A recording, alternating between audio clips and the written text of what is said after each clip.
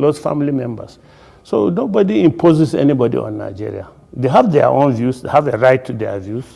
Well, because the talk has been that since 1960, I mean, most presidents have been handpicked. But Tinubu actually bulldozed. Who handpicked Buhari? Power.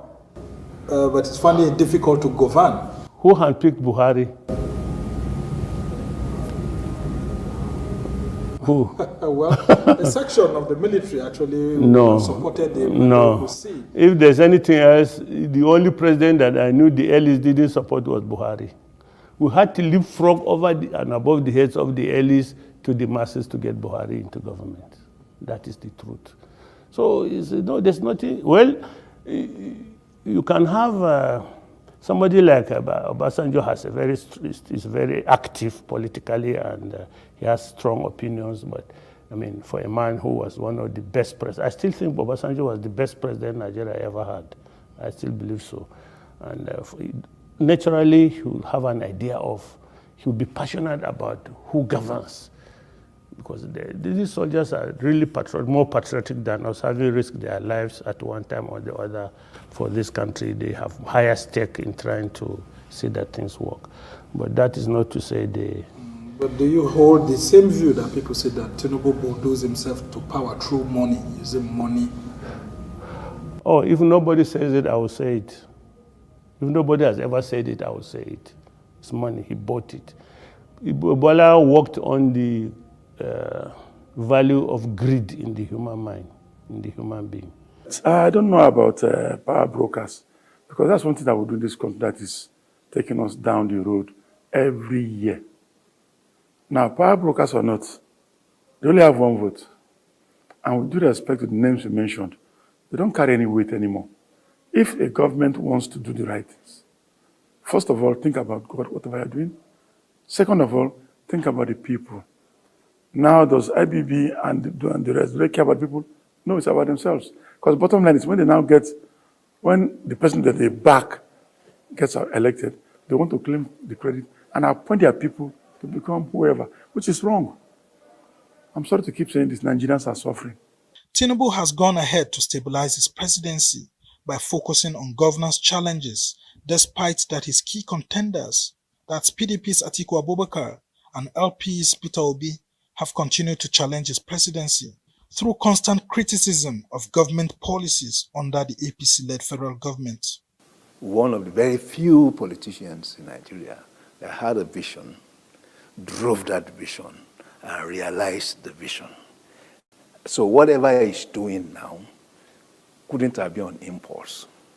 They are products of well put together thought and researches. I think the first thing you will observe in the Tinubu administration is a tendency to be conciliatory. We can start talking even from the latest cybersecurity levy, to engagement with ASU, and so on and so on, with the the expatriate levy, For every issue that comes into the public space and critics had raised issues, it provided a period of cooling down by suspending, that policy for purpose of engagement. Flowing in droves while other people are just watching. So I don't understand this type of government. Before I never associated him with a tribalist or a sectionalist. I never associated him with this. But since he came into government, I find it very difficult to say he's not one. If you talk about election, talking to me on the election, don't ever use the word won. He didn't win it, he rigged it. I'll repeat it until I die. With the knife on my neck, I'll say he didn't win. He knows he didn't win. I used to say this, if there's something in this room and we go out and we find that it is missing, the man who stole it knows he's the one that stole it. We might not know, we'll be accusing each other, but he knows. So they know what they did. I mean, they're humans. They know what they did. They know how they did it. The only charitable thing I can say is that they're in government. But as to how they got there, we will never agree. I mean, they know it. We agree. They know it. And they know I know it. What the president has done is to look at the environment historically, the economic environment historically, and determine this is how we need to move away from what we have been going through. What had been the characterization, the major characterization of the Nigerian economy is a boom and bust character, where when we have... All right, good morning, good afternoon, good evening to every one of you, my people. We're back here again. It's another day. Today's Tuesday, 28th of May, 2024.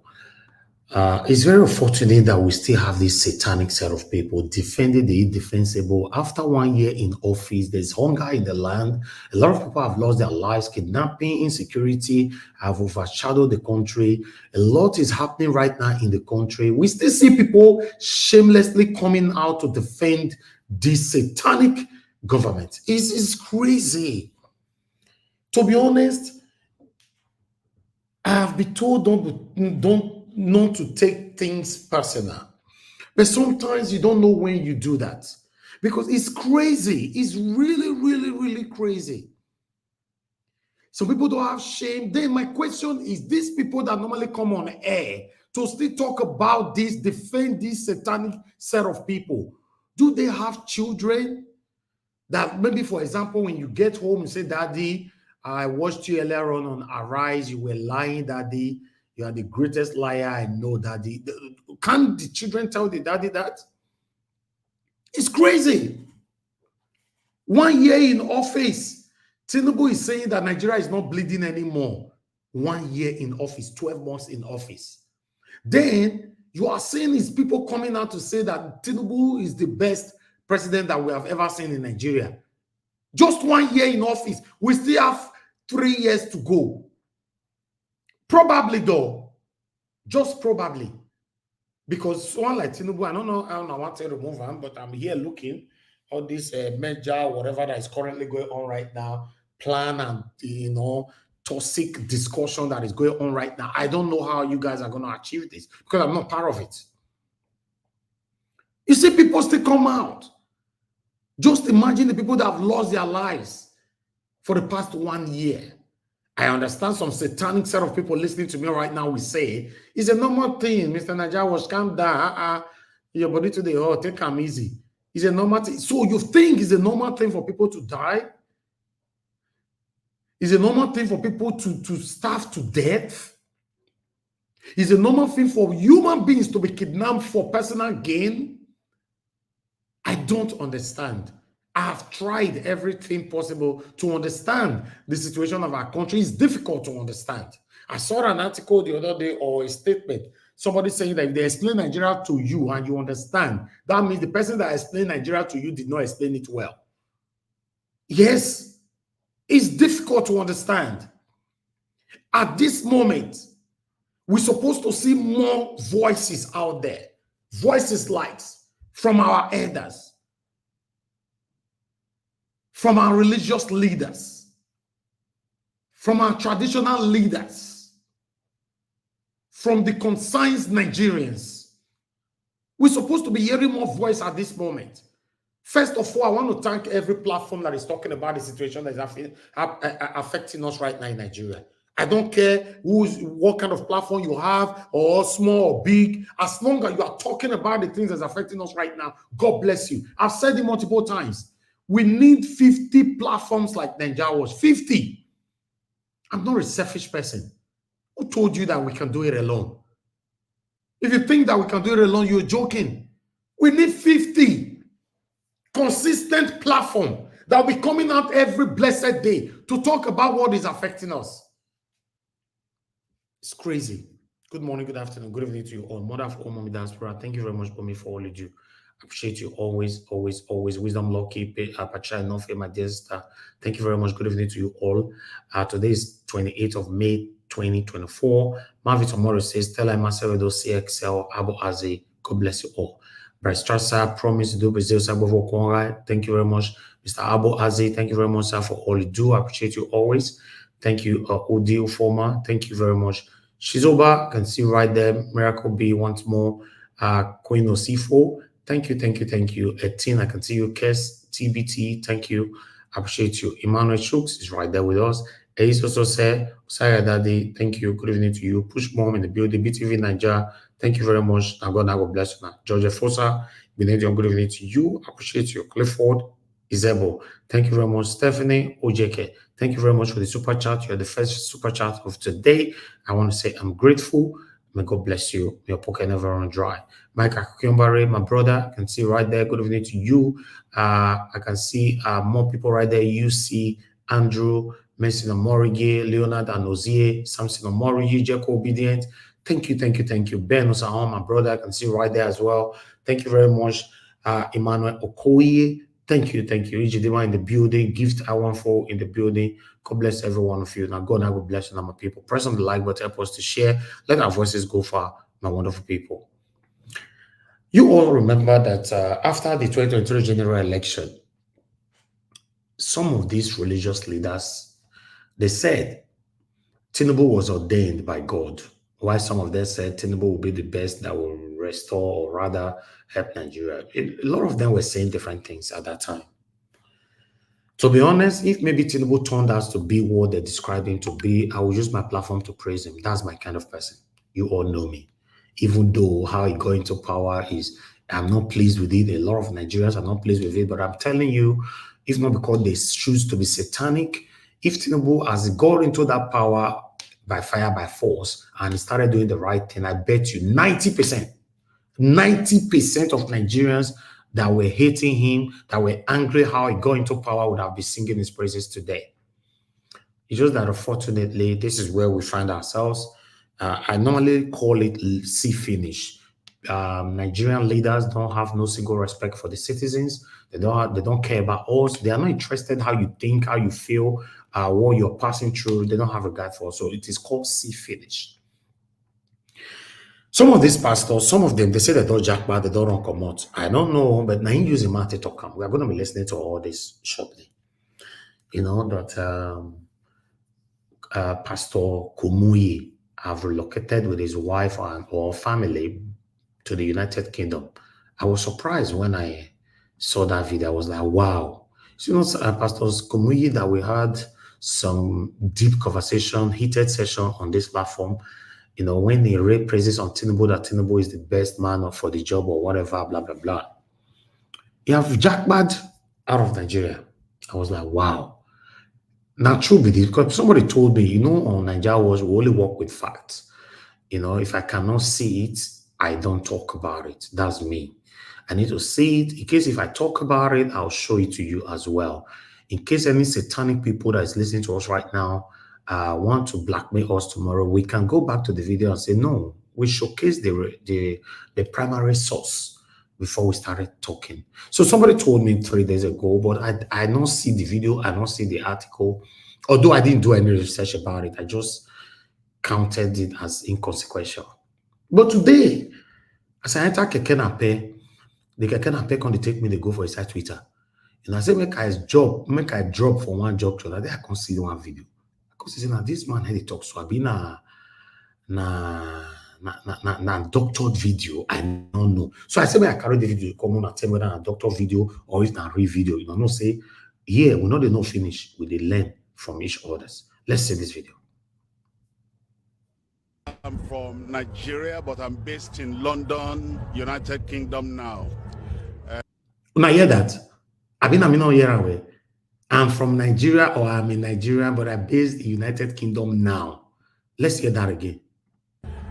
Well, I'm from Nigeria, but I'm based in London, United Kingdom now.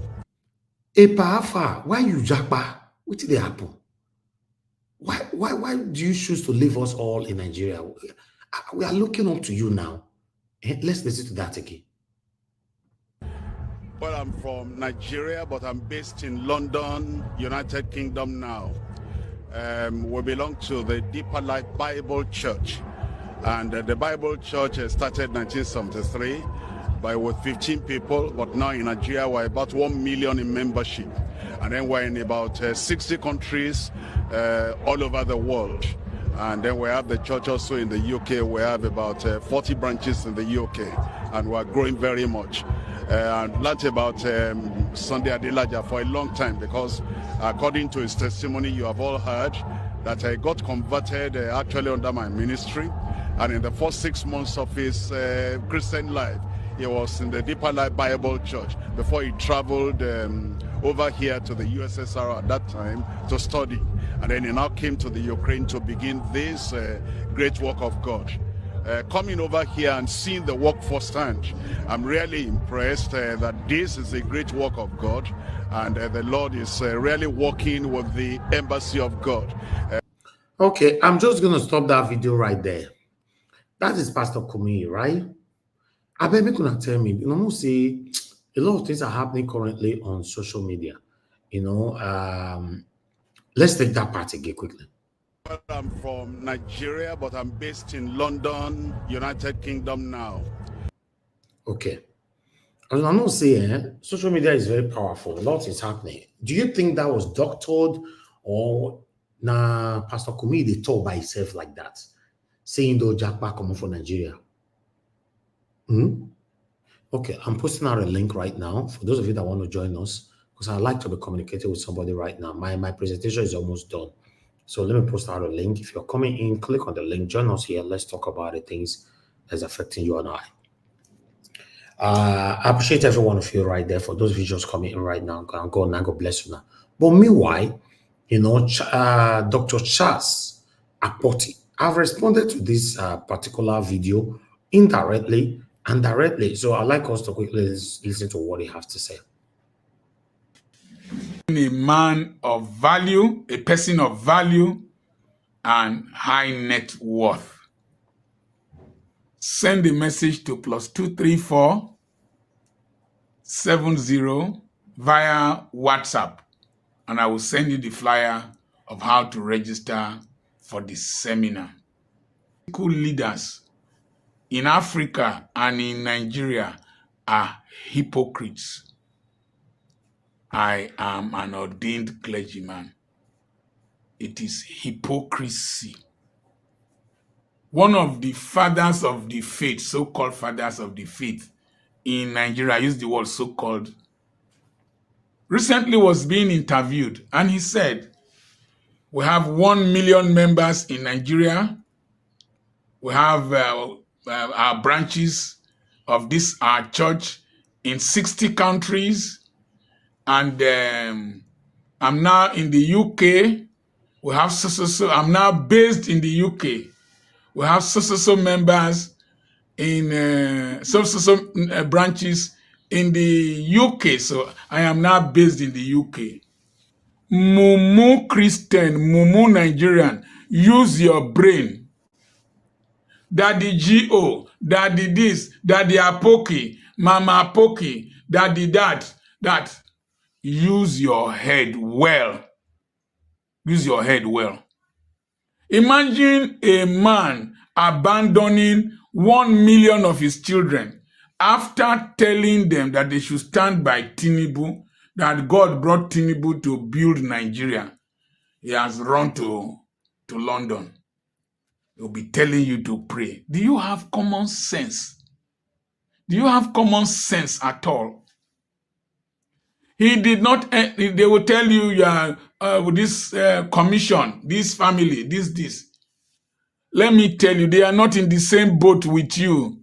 It is you and your fellow masses that are in the boat. When the wind and the storm becomes difficult, they will paddle and leave. In fact, they are even in an aircraft carrier. They will fly and leave you. Katima with his beautiful wife, in London. And you are here. You are fighting me over Tinubu, over this, over that. They have left you. You are fighting me over my criticism of government and church and your tribesmen and whatever. They have left you. You are hungry. You are buying fuel at 800 naira per liter.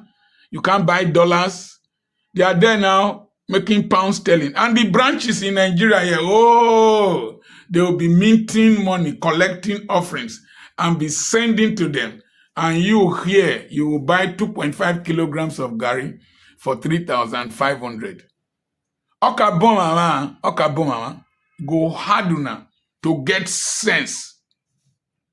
The easiest weapon to use to deceive you now is the Bible and the Quran. When they want to do operation, they go overseas. All their children are overseas, like mine. My own are there. My own are there. My grandchild is there. The ones here, I will send them there. Can you afford to do that? Can you afford to do that? When I talk about money, shut up your mouth and use your brain. The people are not in the same boat with you. They have gone to London. We are now based in London. Sweet from out. Meanwhile, you are still at Ajangbadi. You're still at Ajangbadi. You're still at Ohunrumwekwesu. You are there, Eremu Kokwari and Otokutu. No Kokoko. Carrying Bible, shaking your head. Father, this country, Father. And then when I say the truth, you open your dumb mouth to attack me. I can easily relocate. Some of my children are citizens where they are. I can easily relocate. But what will I tell the next generation? I'll be traveling out of the country.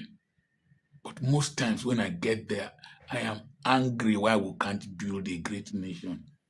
You, the youths that type with free data, we are leaving you. We are leaving you behind.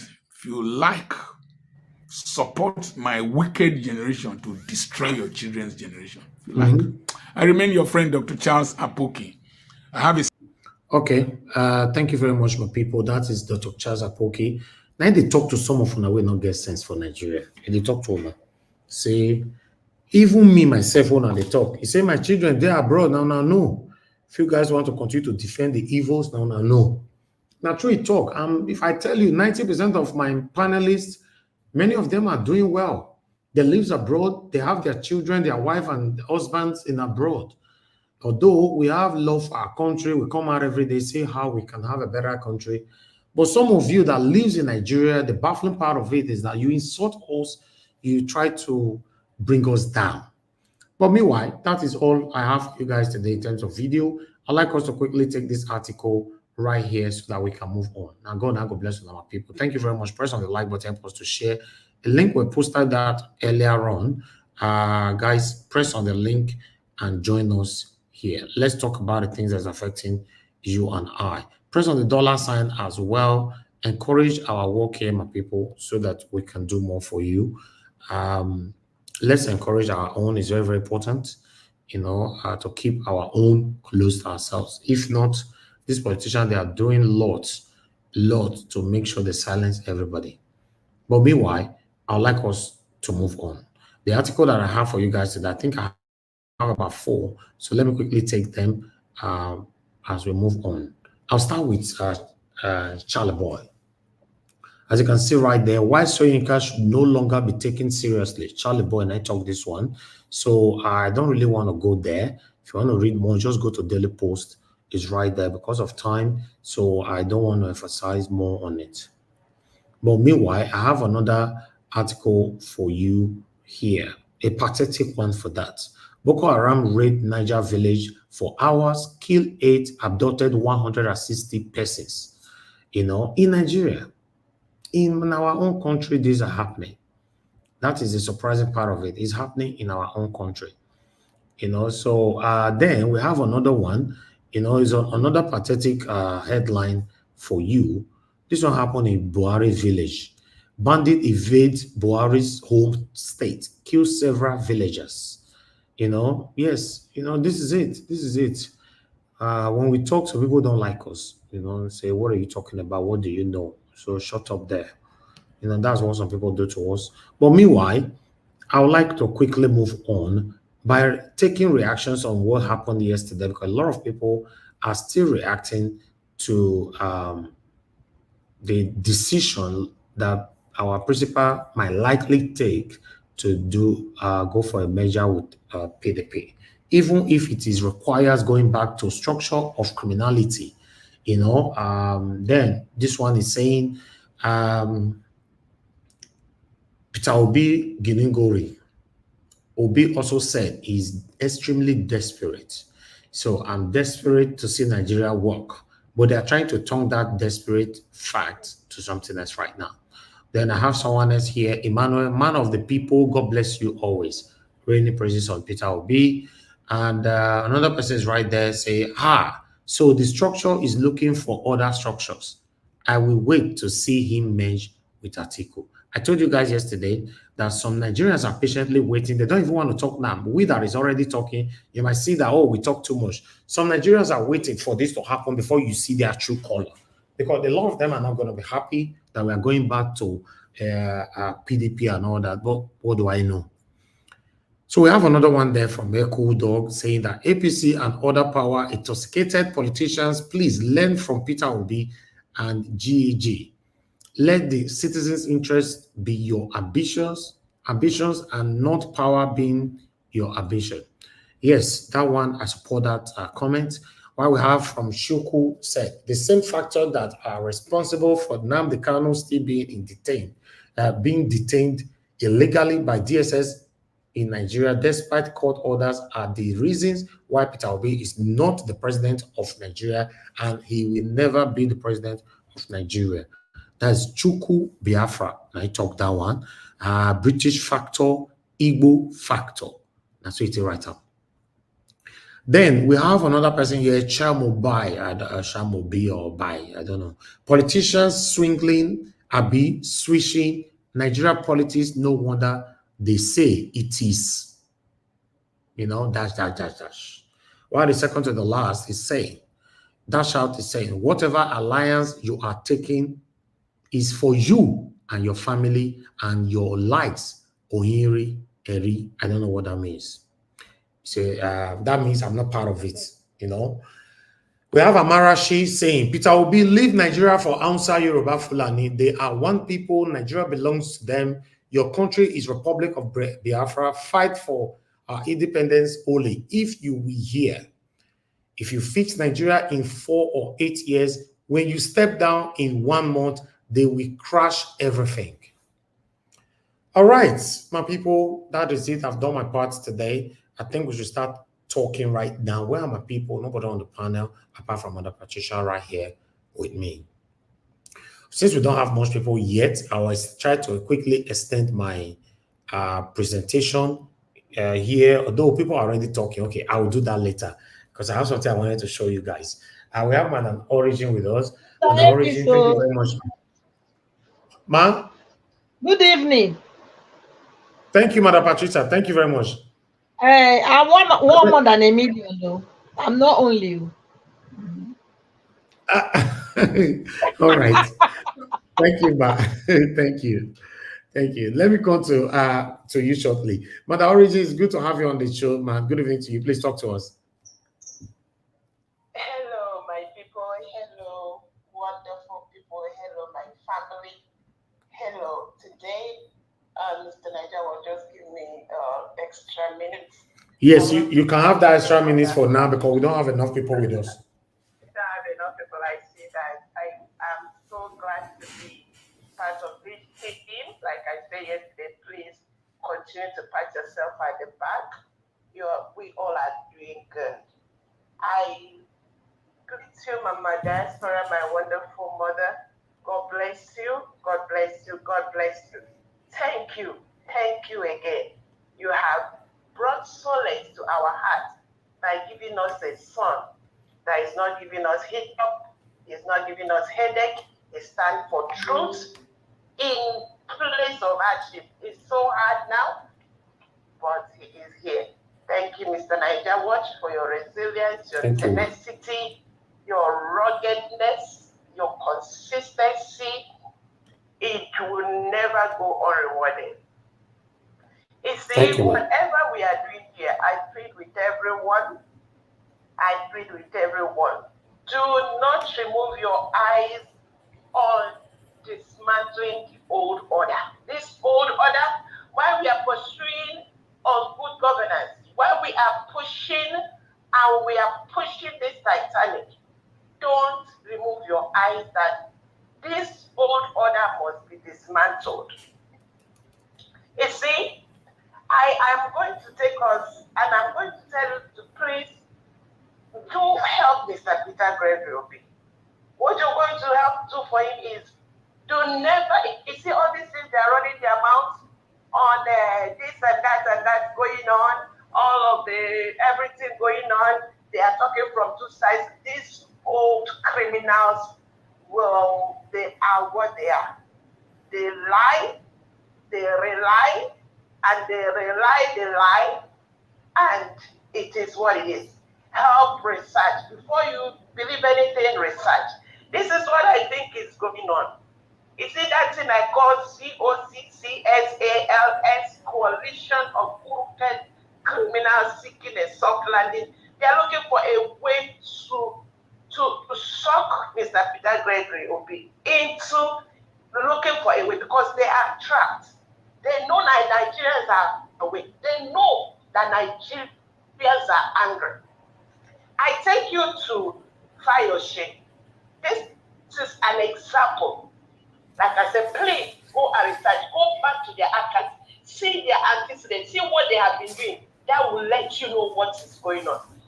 Fayoshe, a few days after the election, he came out on TV. At least there were two of them, or no, three, that he said he spoke, and I was like, wow.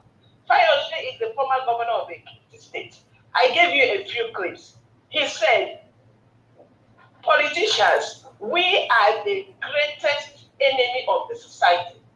I'm quoting Fayoshe. Fayoshe said, if Obi had run under PDP, he would have lost for very obvious reasons. They know.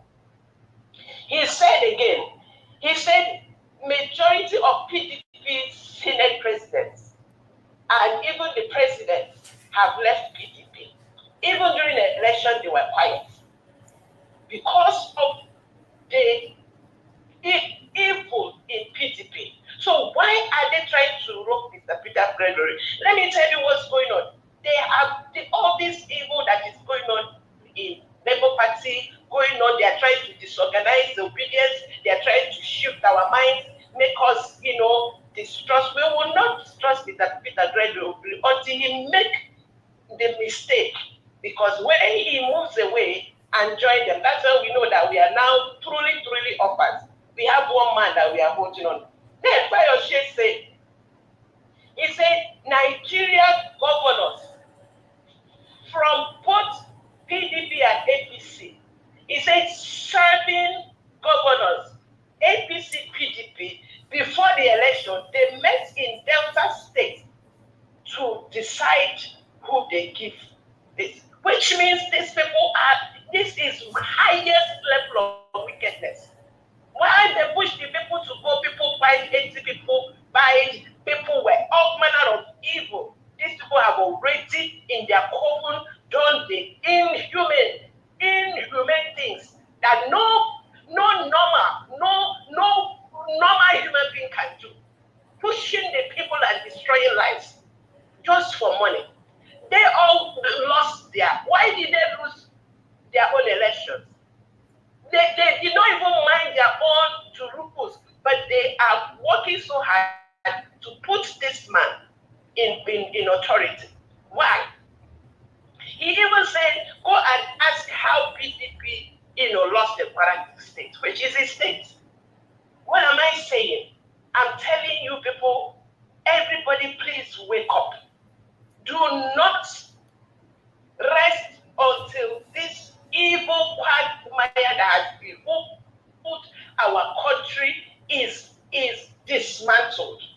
There is never trust any one of them. I don't believe that they have our good intention to ask Mr. Peter Obi to match. And I tell you, sir, Mr. Peter Obi, sir, our principal, please, sir, you are one. For now, it's only you we have. Don't let them. They know that with you and the obedience and all the well-meaning Nigerians, we can win this battle. So don't join anybody. Look at thank you, Mr. Dr. Charles Aboki. Thank you, sir. Thank you for speaking up. Thank you for all you do. Don't be surprised, all these property CEOs, they have all jackpot. And we are here. And they are top. Anyway, let me rest it. Mr. Niger Watch, God bless you for giving me time to talk. Thank you, ma'am. Thank you so much. Thank you. Thank you. God bless you. All right, at least you got opportunity to speak longer today. We don't have enough people at this moment. Okay, thank you guys for your time with us. Okay, I missed another call. Please call back. I think it's too early to be calling you if you want to talk right now. Okay, let me quickly appreciate those of you that are just coming in. Please help us to do your part, press on the like, and help us to share, and let's take it from here.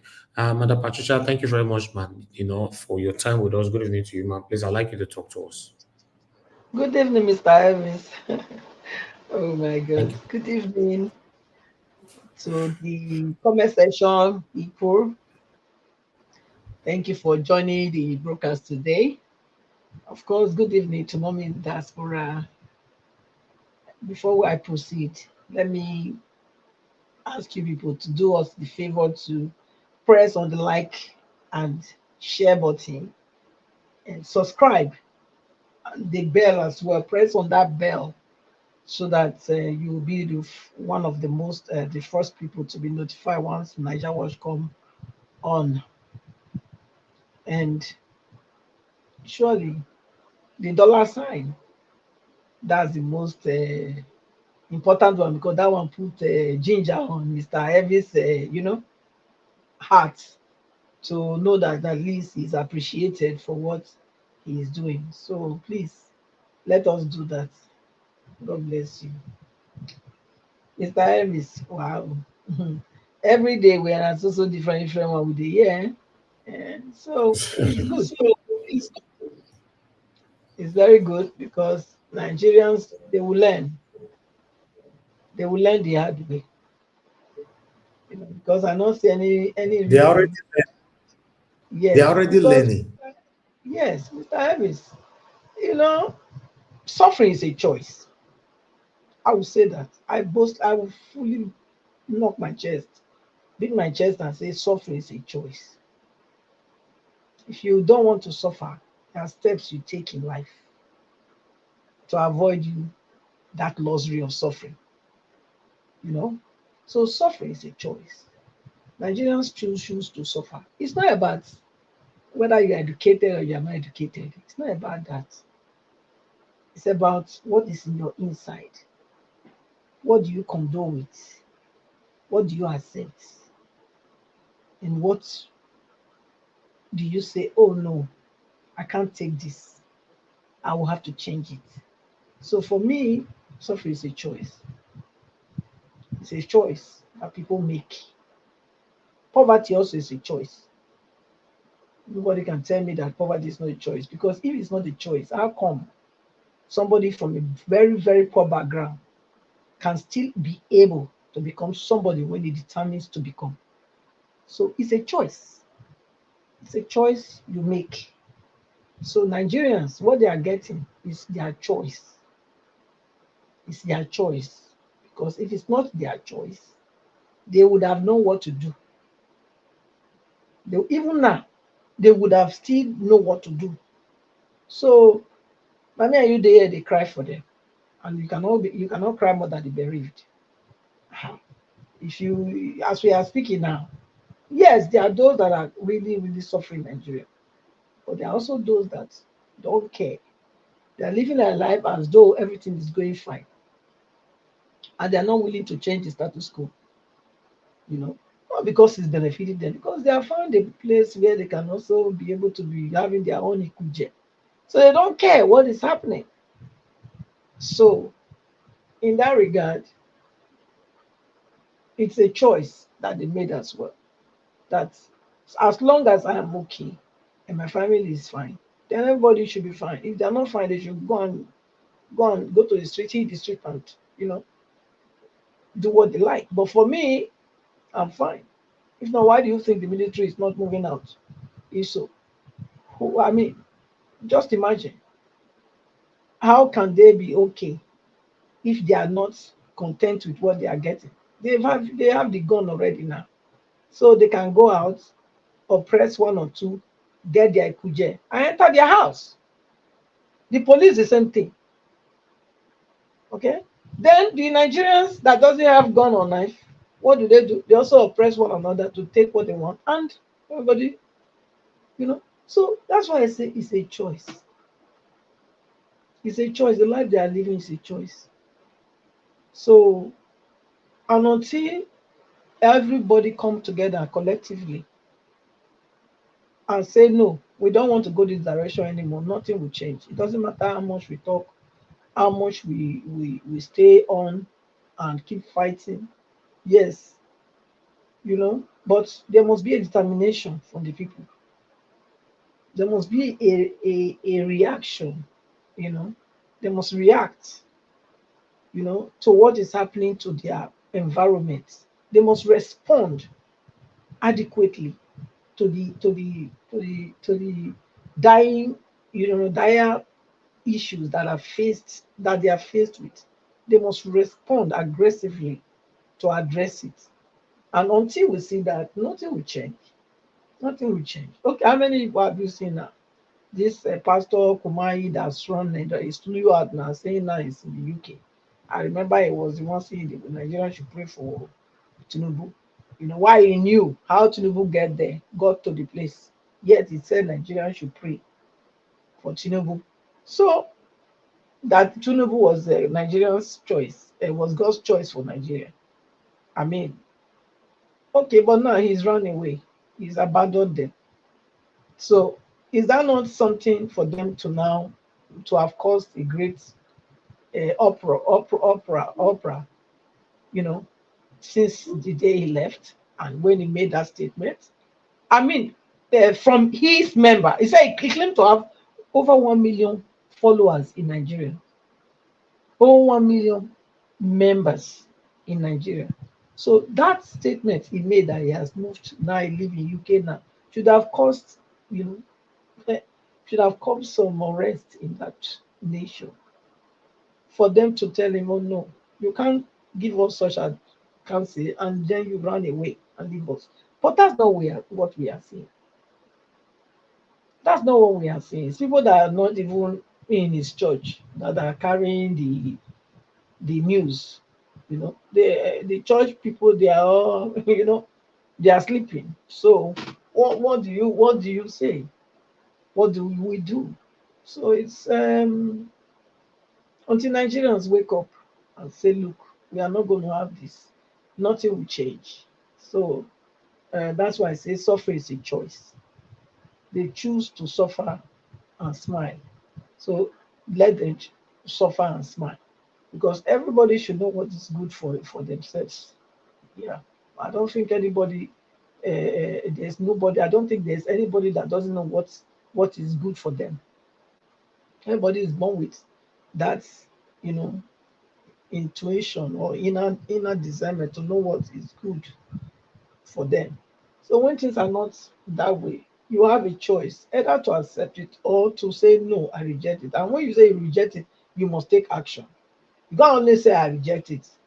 There must be a corresponding action to you rejecting it.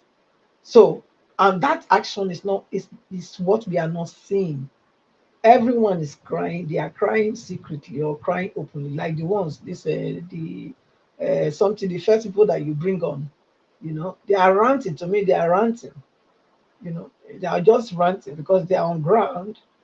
And if that energy is putting there to be doing all those shows, is able to mobilize people of his kind, I think wherever he is, they will feel it.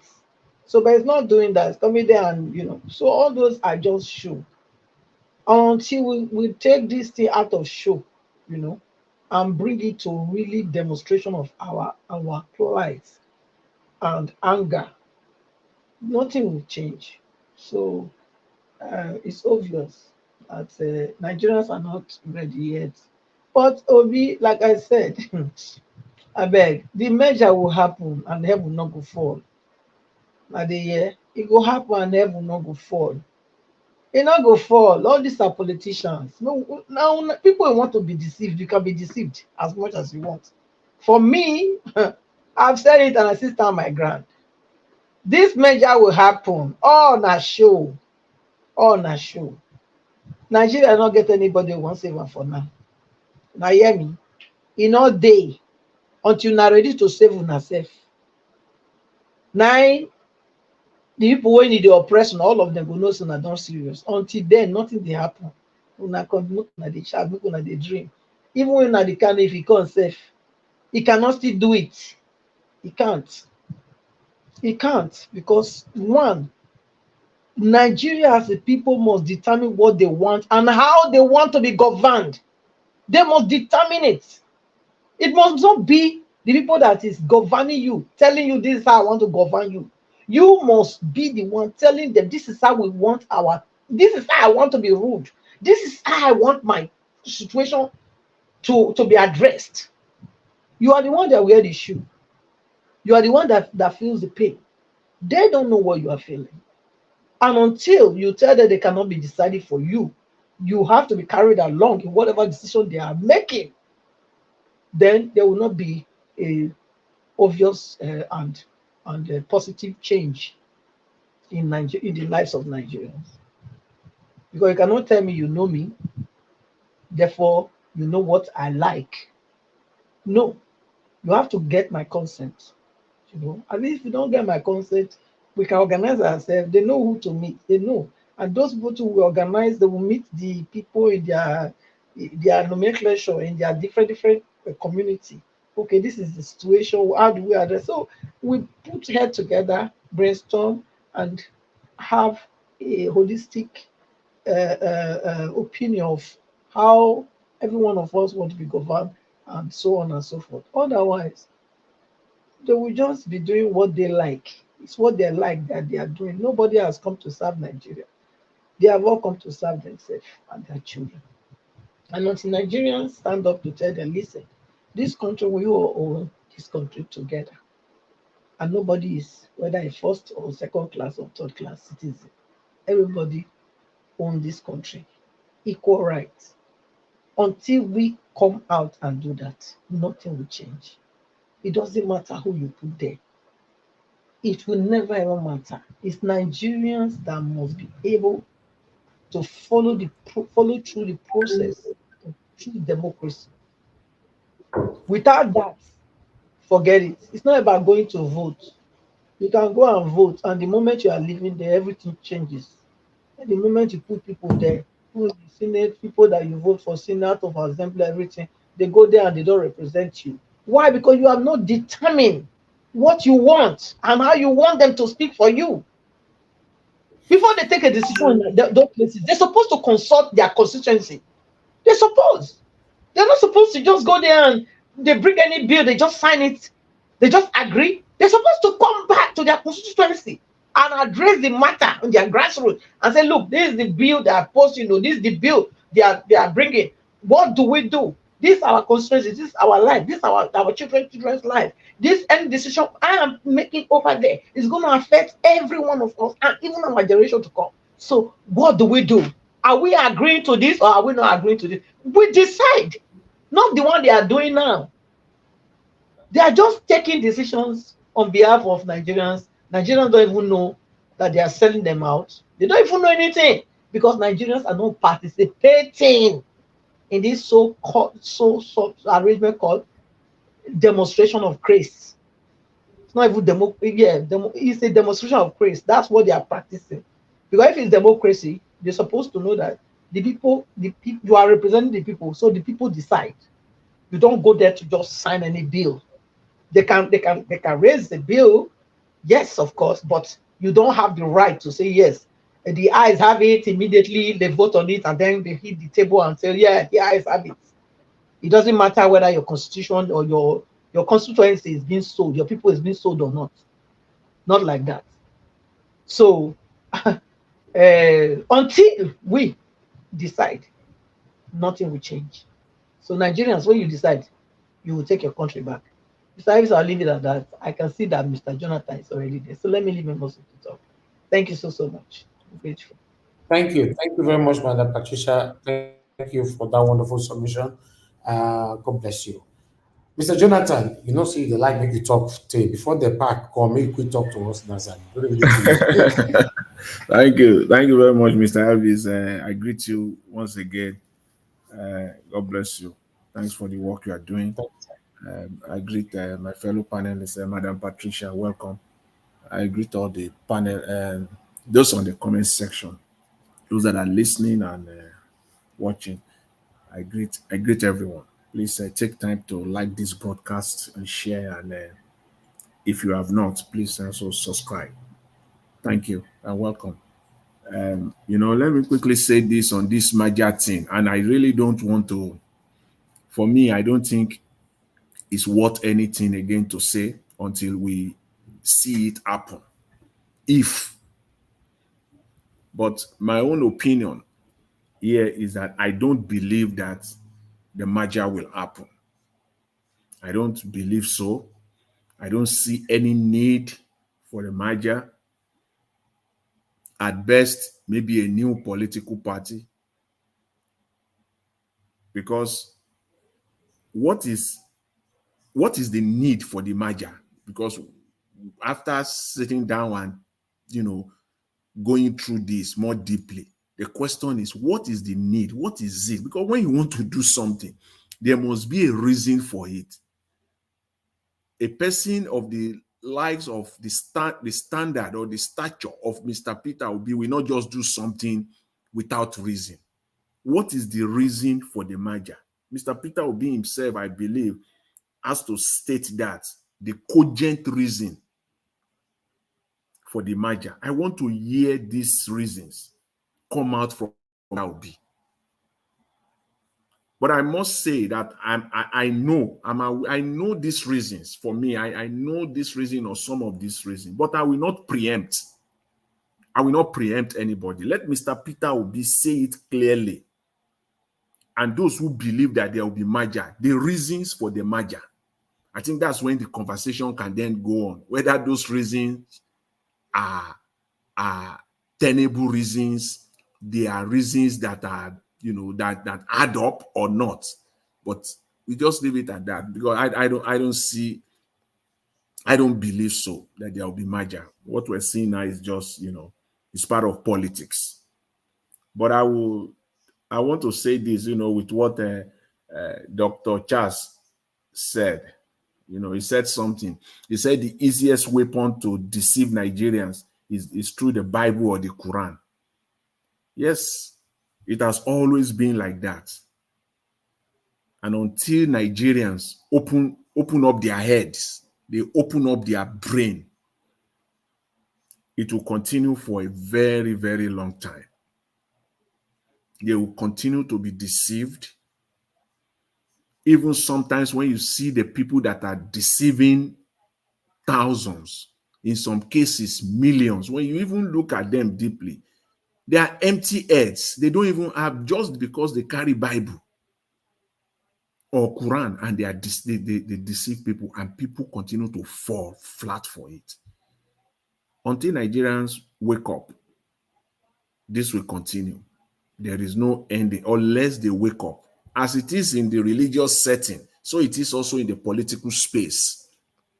Until Nigerians wake up, open up their brains, they will still continue to be deceived.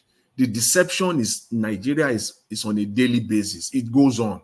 I mean, you wake up every day, you see new chapter. I mean, it's endless.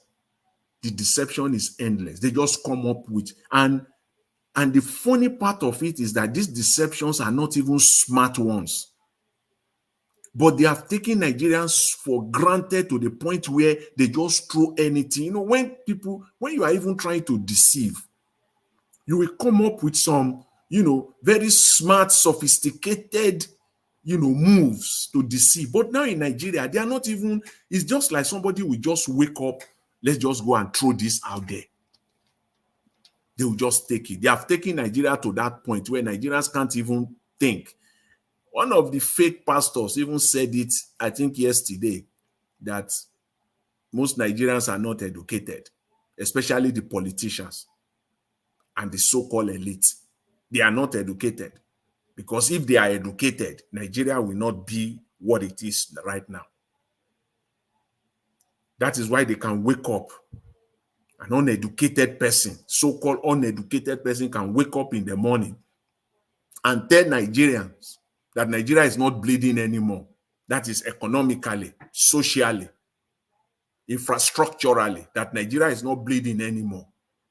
That there's no, in other words, you are saying that everything is fine in Nigeria, that things are normal.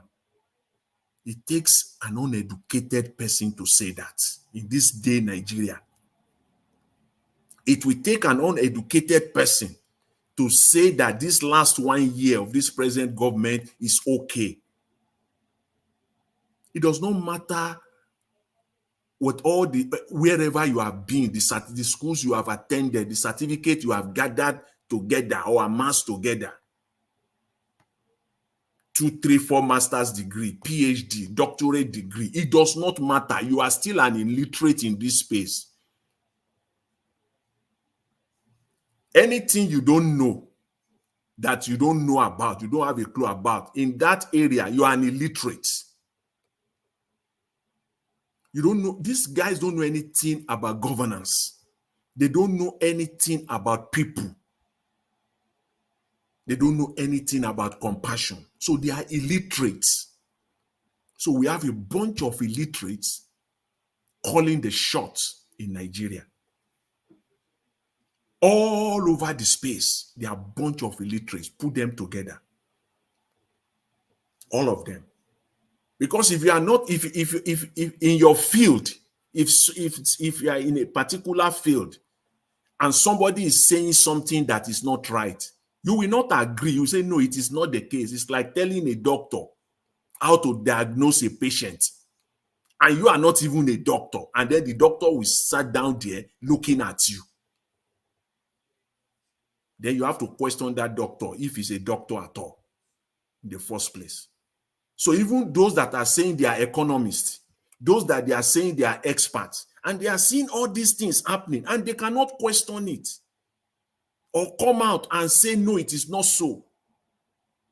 You question them also. You question their education, what they say they have. You have to question it. That's why, yes, these people are a bunch of illiterates.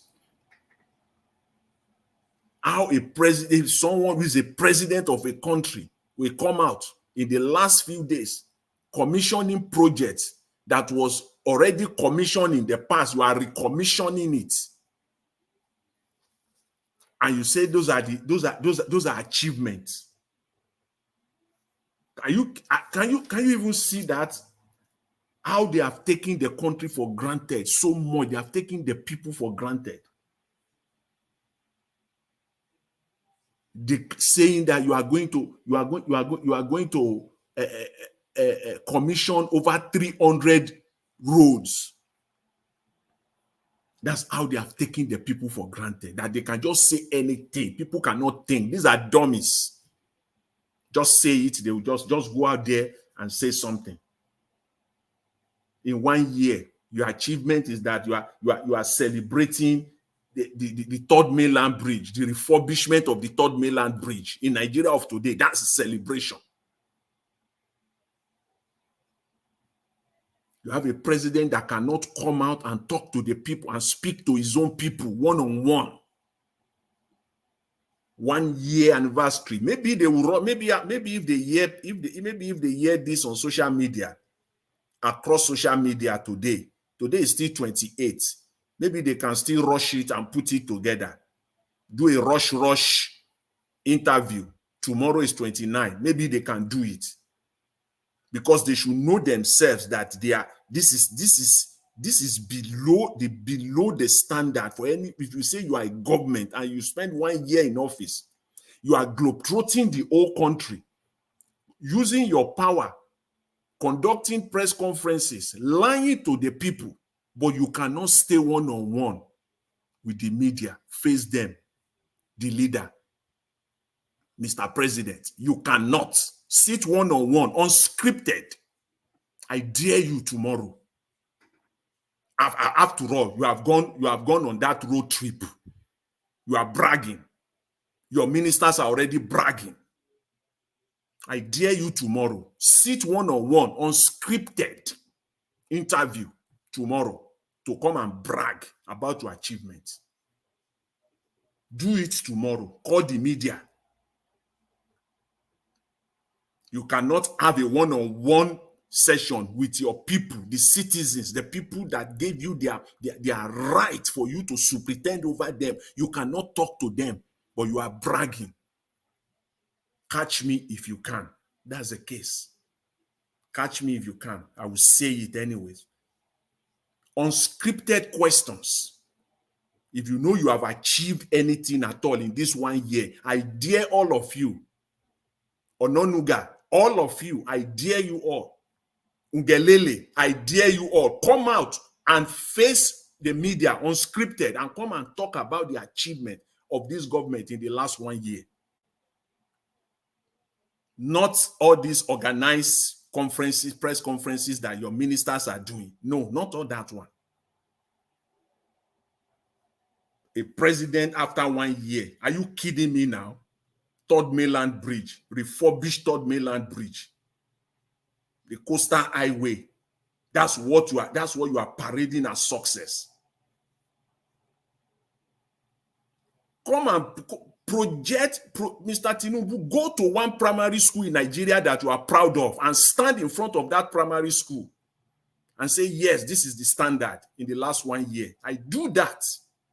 Go to one secondary school in Nigeria. At least you claim that you won 19 states. Pick one of those 19 states. At least you have more than 15 governors. Go to them now, arrange with one of those governors. Go to one public school in one of those states and stay in front of that public primary school and be proud as a president inside the class and talk to Nigerians. Inside one of those classrooms. Go to one secondary school and do that. Go to one teaching hospital in Nigeria. The federal teaching hospitals. That's where you're supposed to be, projecting yourself, projecting your successes in the last 1 year. That's what you're supposed to do.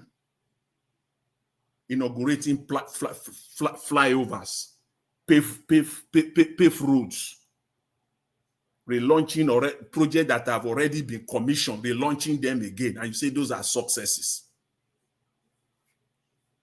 When Nigerians have gotten deeper into poverty, when inflation is skyrocketing continually on a daily basis. And those are the things you can project to Nigerians. I dare you, tomorrow is the 29th. Have a press conference. If you want to talk about, you are proud of your successes. Come out, you are the president. Come out and face Nigerians. Face the media, unscripted. Even do social media. Let people send in their questions. If you are proud and you are confident, let them moderate it. Let your people moderate it. Let your people screen the questions also, so that Nigeria can send in their question via social media. Let them ask you questions, Mr. President. If you know you are proud and you are sure of your successes, do that. You have not faced Nigeria once, almost 365 days, and you are saying successes. Are you kidding me now? Because you have taken Nigerians for granted. Because first of all, we have to say this. First of all, you don't have the mandate of the people. You never had the mandate of the Nigerian people. You don't have the national acceptance, period. You don't have it. If you have the mandate of the people, you will go to the people. Aside from the north, aside from the southwest, where you won by only less than 250,000, all the southwest combined together, all the 6 states in the southwest combined together, you won with less than 250,000 votes. The other 5 regions, you lost. You lost. All the other 5 geopolitical zones, you lost. And even where you came, you claim that you come from, you barely won it. So you don't have the mandate of the Nigerian people. If you do, come out. And if you want to change the perception, come out. Visit schools, visit hospitals. Let Nigerians see you there. Do that across Nigeria. The north, the west, the east, the south. Do that. That's what a president does. You don't just sit down in Abuja there and then go to some pre-arranged event. You are the president. Yes, that's what you say you are. You grab it, you steal it, you are now trying to run away with it. After you say you are the president, then do the work of a president. Go and feel the people, feel the heat, feel the Nigerian people. Go to them. Just go. In fact, the primary schools in Nigeria, we should be ashamed of ourselves in that country. Those illiterate who call themselves who call themselves government. Go if you are proud. If you are proud, can you send any of your children or your grandchildren, those of you that are governing Nigeria, to any public school in Nigeria? Can you do that? Or secondary school? Can you send your family to any general hospitals in Nigeria and be sure that your family will be well taken care of? Can you do that? These are the things we're talking about. These are the issues. You are not proud to do any of that. Engage the people. If you are proud of yourself, tomorrow is the 29th of May. It will be exactly 1 year since this government, this president came into office. You have not attended to Nigerians once, one-on-one. I dare you guys tomorrow. Do it tomorrow. You can do a hush one. You can quickly organize it now. You still have time. Do that. Feel the Nigerian people. Talk to them. Hear from them. You need help. I'll just put it like that. You need help. All right, Mr. Jonathan, round up in 2 minutes. I would like yes, you let to me use your thank you. Yeah, let me round. It takes an illiterate not to admit that he needs help. It's an illiterate that does that. If you are educated to a certain extent, when you need help, you will say, I need help. Say it. Even if you have to pretend you need help. So that Nigeria can move forward and stop this rubbish you guys are doing at the expense of the Nigerian people, saying you are governing. You are governing nothing. Everything you have done in the last 1 year has been rubbished. Just hear that. That's just the truth. That's the honest truth. As they say, truth is bitter. That's the truth. You have done nothing to salvage Nigeria, to help the ordinary Nigerians, to lift ordinary Nigerians from poverty.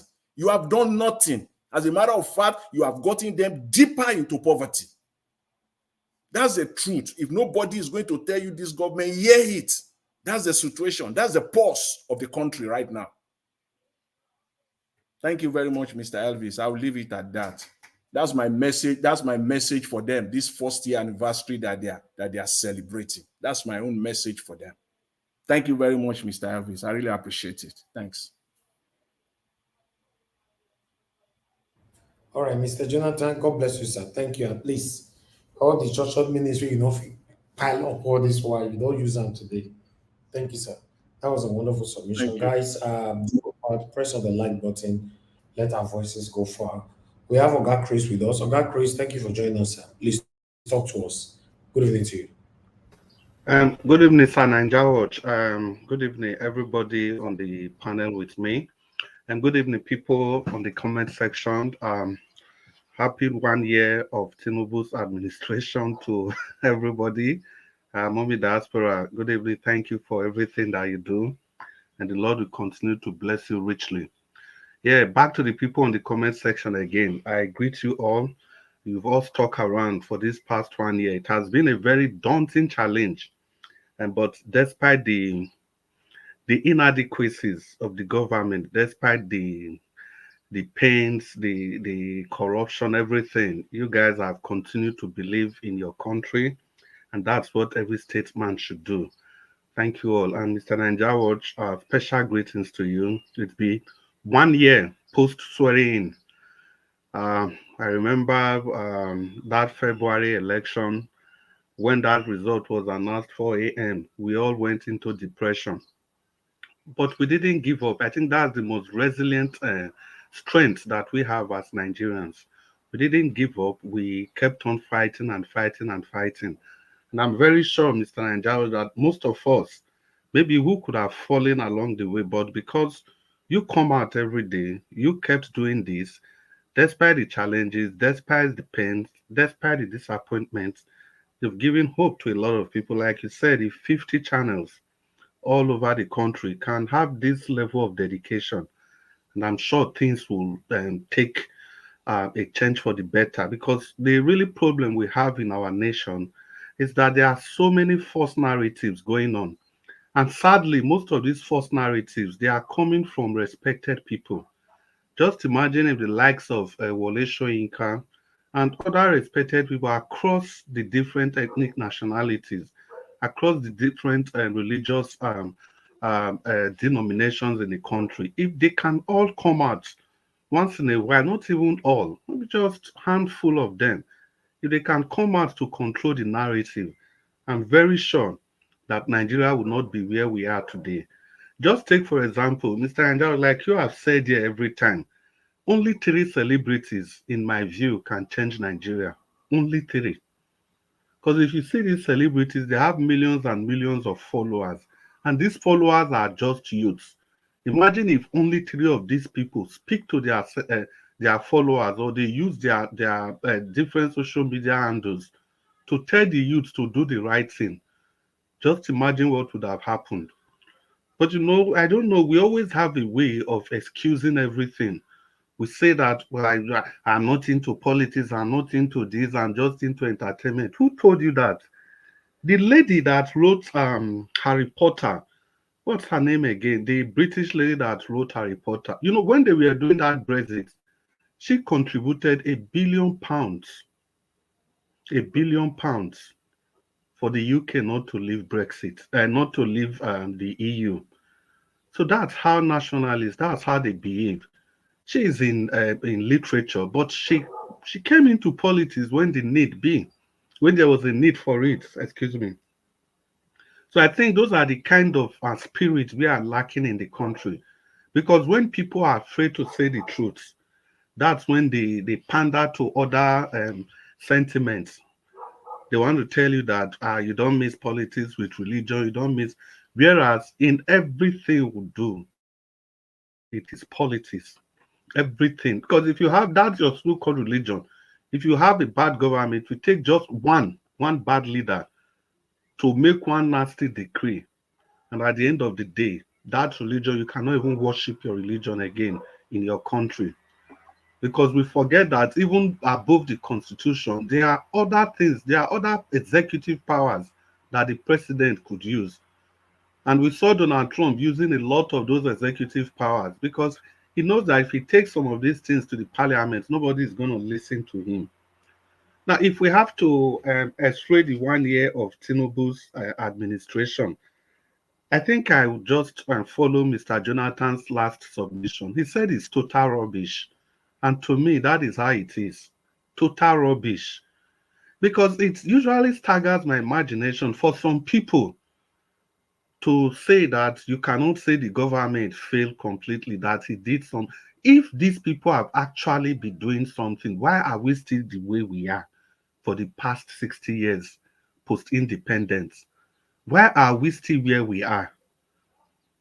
So nobody can come and tell me that Tinubu has at least he don't try for a year. At least he don't try for a year. My argument is that every government since the 60s, they have all tried somewhere. Even IBB built the third mainland bridge. He built the largest estate in West Africa, the Gwarimpa estate. Abacha did some things. All of them Buhari in his first term, he did something. All of them, they did something. That's what we want to see. But the truth is that it's either a leader has failed or he has succeeded. So far, so good. They have all failed. Let's not be cherry picking. It's either a leader has failed or he has succeeded. So for this past 1 year, I completely agree with Mr. Jonathan. It's utter rubbish, complete rubbish. I don't want to see the little gains he has made. Looking at the bigger picture, and that bigger picture is simple. The man has failed. And our leaders, they couldn't have gone so deep in their failure if not that they have people clapping for them. They have so many sycophants singing their praises when there's actually nothing to sing about. And again, far and beyond Tinubu, I think we as a people, we have to choose between good governance or ethnicity on one side and religion. Because if we look at the problem we are facing in our country, we have to speak the truth. It's about ethnicity and religion. Because you cannot tell me, I can't simply fathom why a leader of a church that controls hundreds of millions of people in Nigeria would be urging people to vote for the administration. I'm not even talking about Tinubu now, but the administration of Buhari, that Buhari is going to get it right. Even in 2016, when the dollar was going up and going up and going up, made promises that Nigerians shouldn't worry, that the dollar will come down. And his congregation, they ran with that. Until today, what do we have? Zero. Are these people, are they really men of God or God of men? They just come to the air and start spewing whatever they like. They know they have the control of the people, but yet they don't want to use that power to tell the government to change. Rather, they are even happy to have the nation the way it is so that they can have more members. They can have more people coming to them. I don't know, that's not what religion should be. That's not what spirituality should be. Then the next thing is ethnicity or tribalism or the region where people come from. In all sincerity, if we really have a regional government or every tribe have their own governing system, I'm very, very sure the kind of leaders that currently represent the people, they will never get anywhere near power. Not in any stretch of any person's imagination. I'm very sure if there were to be true federalism, every region will want to present the best from their region and not just a carcass, somebody that's dead among the living. And that is how we've been mismanaging the country. You have the worst of us ruling the best of us. I'm very sure if we have regional government, this stupidity of a quota system, nobody will listen to that. Every region will want to bring in their best. But you have quota system. People use quota system to get admission. They use quota system to get job, and they use quota system to be promoted in every institutions across the country. And at the end of the day, you have the worst of us. Because of quota system, they become the leaders of the best of us. And yet we expect that our nation is going to, it completely staggers my imagination. The next thing is illiteracy. And this is the tactics of the North. What they do is to try and keep the people uneducated. And the South, down the South, they're also doing it in a different way. Because the system in the North is clear, it's oligarchy system. And imagine if the voters there, if they are as enlightened as the voters in every other part of the country, I'm sure some of these problems would have also been taken care of. Because the first thing that those guys pander to is voting for somebody from their side or somebody that speaks that's the same religion with them. Because those guys, they are so difficult to kind of convince. And moreover, the people, I don't really blame the people, not in any stretch of imagination. But I blame the leaders there because they have a way of making sure that the information that gets down to these people are filtered. The information are filtered. Imagine during the 2015 campaign, they were telling the common people on the streets there that Peter Obi is against their religion and he's trying to, he's against the North. If he comes, he's going to change everything that they believe in, which wasn't true. And you cannot blame the people for that, because these same leaders, they've made everything possible to ensure that these people don't get quality education. The vast majority of them, they make sure they cannot read and write, unless a select few in that society there. So if we must move forward in a country, as a country, we really have to sit down and look back. There's no way we will not talk about the constitution of our nation if we are really sure of moving forward. A lot of people have submitted that even if Peter Obi comes to power, he's going to have problem, really serious problem. Of course he will. Of course he's going to. He will need the resolution and the strength of all of us. Stations like Nigeria Watch, he will need this kind of stations to promote the things he's doing. Imagine anything he does now, they take it and twist it, even the good things he's doing. To the extent the borehole he was sinking around the north, people said they were convincing their people there that it is water from a pagan.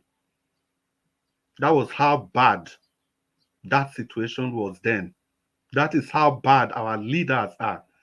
That is the extent they can go to align a good man. So the constitution itself has to be taken care of, even if we take care of all these, because I think Nigeria was making the point yesterday that even if you blame Tinubu for giving bribe, the election umpire, they have they have the option of saying they are not going to accept, but they refuse to. So we have to tinker with our constitution. Till today, the result that made Tinubu the president, over 30% of those results are still not uploaded in the INEC portal. Even the one that made Hope Uzodinma the governor of Imo State, 8 years is almost going. That result is still not on INEC portal. We have a constitution where a president can handpick who the INEC chairman is. You have a Supreme Court that can decide what's the final outcome of an election, and nobody can question. There's no stop gap to mitigate against such things. Imagine during the Supreme Court of Peter Obi's judgment, the Supreme Court, it wasn't even fully constituted. A large number of Supreme Court justices from the East were missing, yet they left it like that. The electoral laws have to be tinkered with. They have to be changed if we must move forward. This electoral law, the way it is still a time bomb. So that's what I expect the Labour Party and His Excellency Peter Obi to be fighting for. Instead of thinking of a merger. Is it that we didn't win that election? We did. And not just only winning, with a landslide. Imagine the damage that was done to Tinubu in the Southwest region. With all the rigging and everything, with how many votes did Tinubu win Southwest? And let's not forget, there are some states in the North that they gave as low as 10,000 to Peter Obi, 10,000 votes. Only 10,000 votes to Peter Obi in the North. And those results stood. Imagine if the full constituent of that result was released. Imagine the margin. It would have been a national embarrassment, national disgrace on the PDP and the APC and the owners of Nigeria. 2 minutes. 2 minutes. Okay, thank you very much. And the ruiners of Nigeria that call themselves the owners of Nigeria. Imagine the electoral victory. It would have been first in history. So the point in all this is that we really have to stay focused. This measure of a thing, I don't subscribe to it in any way, because it's not the measure that's the problem. It's the constitution, the rules governing the conduct of elections, and the role that the court should play. If elections are not properly held, it's not for the court to declare people winners of election. It's for the courts to order that this election, there are infractions. Are these infractions, are they enough to alter the results?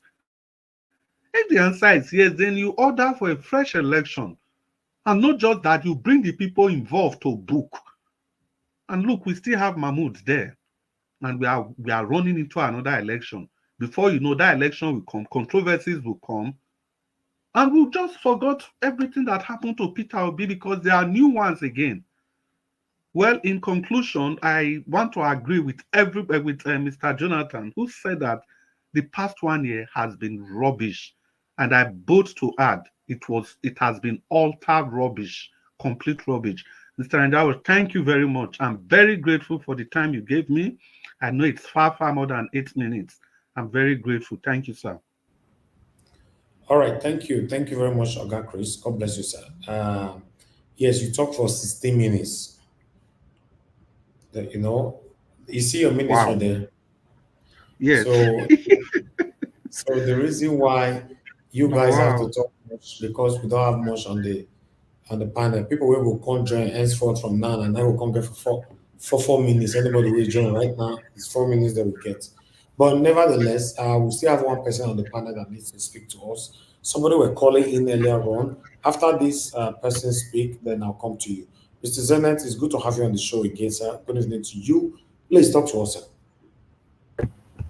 Yes, good evening, Mr. Niger Watch. I hope you can hear me very well. Yes, very clear, sir. Thank you, sir. Okay. I'm really honored and privileged to be among your midst this evening. My regards to everybody and all protocol duly observed. Based on what is on the headline, I believe that issue of Nigerian reacting to Peter Obi major plan. First, I really concur with what Jonathan said that 1 year of Tinubu is totally failure. There's nothing to boast about it. Instead, Buhari took us back 30 years, but Tinubu took us back for almost 50 years. So based on Peter Obi measure, I believe I listened to that interview. What Peter Obi says that if he has people who have the same dream with him, he will merge with them. But if their intention is just to capture Nigeria and not for the masses, that he will not merge with them. Peter Obi never said bluntly that he will merge with PDP or any other political party or any other individual or any other person. So I really believe and I really trust in what Peter Obi said, because he said if they have the same goal and agenda with him, he was specific. He didn't just not say I will merge with anybody or anything. But the headline I'm seeing everywhere is they just twisted what he said, that he will merge with PDP. That's not what Peter Obi said. And come to the video you showed early of Pastor Kumuyi saying that he's now in London. Personally, my own opinion, I believe that the problem of Nigeria is not ethnicity and the religion. The problem of Nigeria is the leaders that we have. Because when you say that, when you blanket it under ethnicity, all of us, Igbo, Hausa, Yoruba, we go to the same market. We buy the same thing. In the market, nobody said that you are Hausa, I will not sell to you. You are Igbo, I will not sell cow to you. You are Yoruba, I will not sell cow to you. We trade. We buy the same thing. When we want to marry, Hausa person will marry Igbo woman. Igbo man will marry Hausa woman. When they entered the other room, nobody will say you are Hausa or Yoruba. everything will go on smoothly. But when it's time for election, somebody will tell you that I'm from Igbo, you are from Hausa, or you are from Yoruba. I don't think is our problem. Peter Obi addressed the same thing in the same interview that people twisted, that he said that he will join, he will merge with PDP. He said that the problem is that most people don't have the capacity to do the right thing. So when they know that they are not qualified to do that thing, then when it's time for election, what they will do is they will try to divide people so that they can be able to take the opportunity. That's what he said. So our problem is not religion. If you know very well, during NSAS, all of us came together and we are one. During NSAS, Muslims, we are giving room to pray. Christians, we are giving space to pray. If you go to the north, deep down inside the north, you will see Igbos, they are there. It's not, our problem is not ethnicity. The problem we have is that 1 or 2 persons that they are not up to 50, they are paid. They will come online, push one narrative.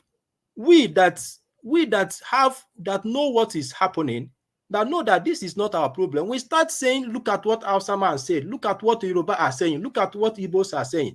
We start fighting ourselves and then we go back. Once everything subsides, they will come and put another post. We start fighting ourselves again, they will relax.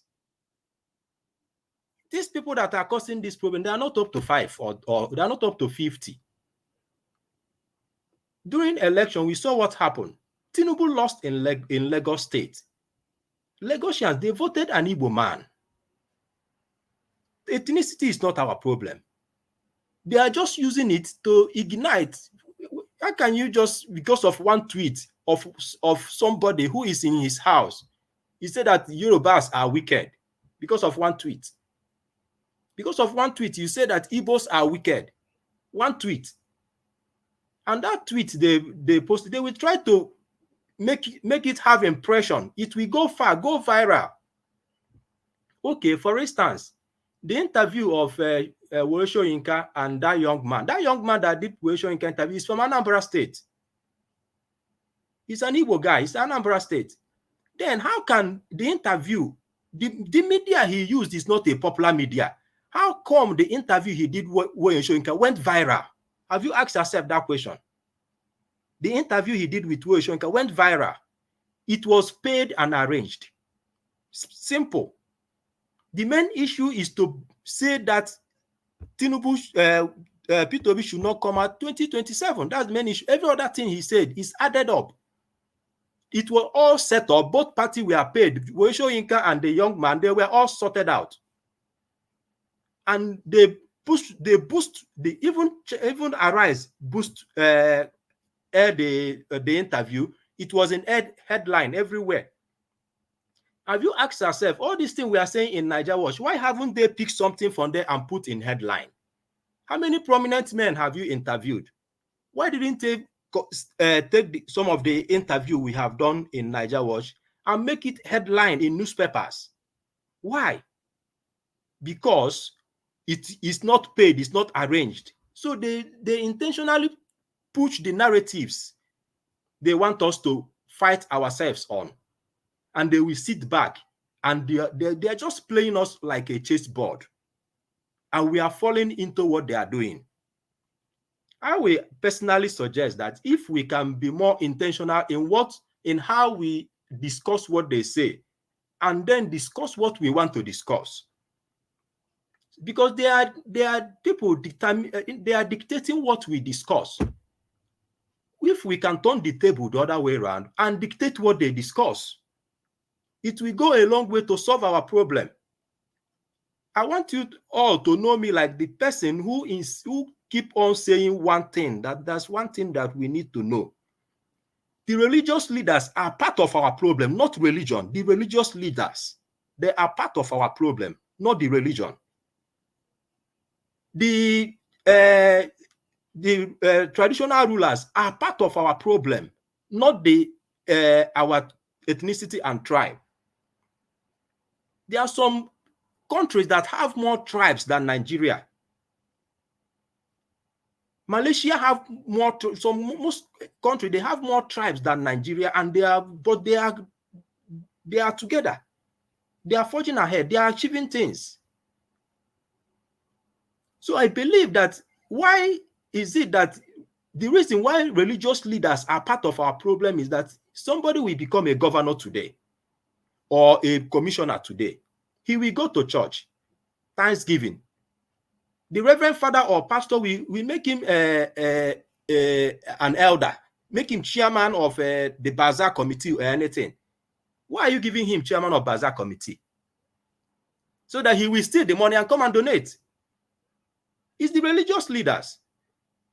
You give him knight title and make him a chairman of one project, maybe women hall or whatever.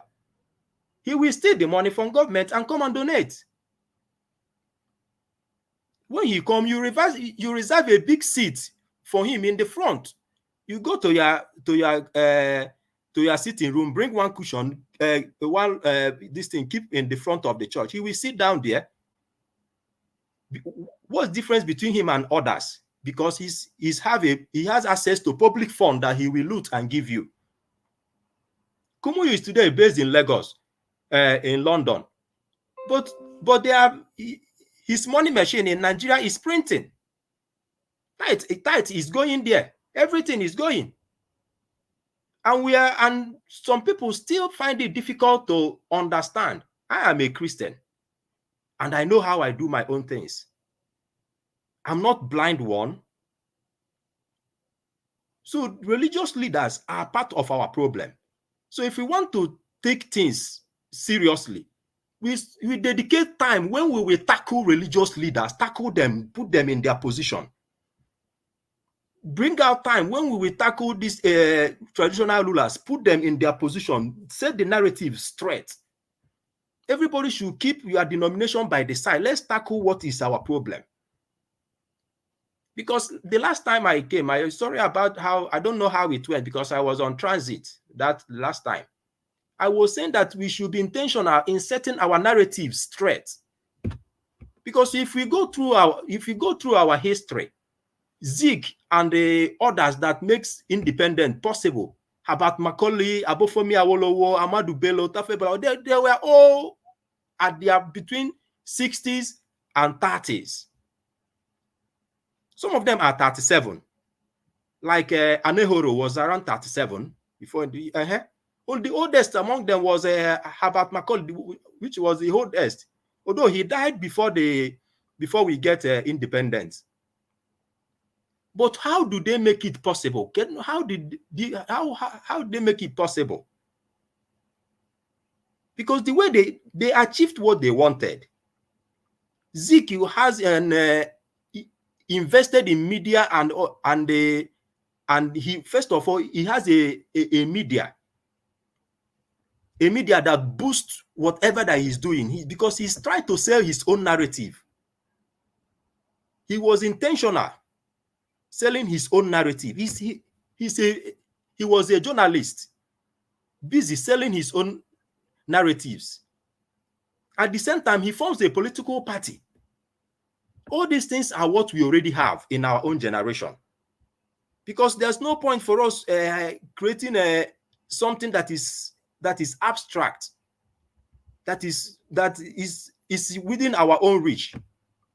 West African Pilot, I think, is the media owned by Nnamdi Azikiwe. Later he later formed the NCNC.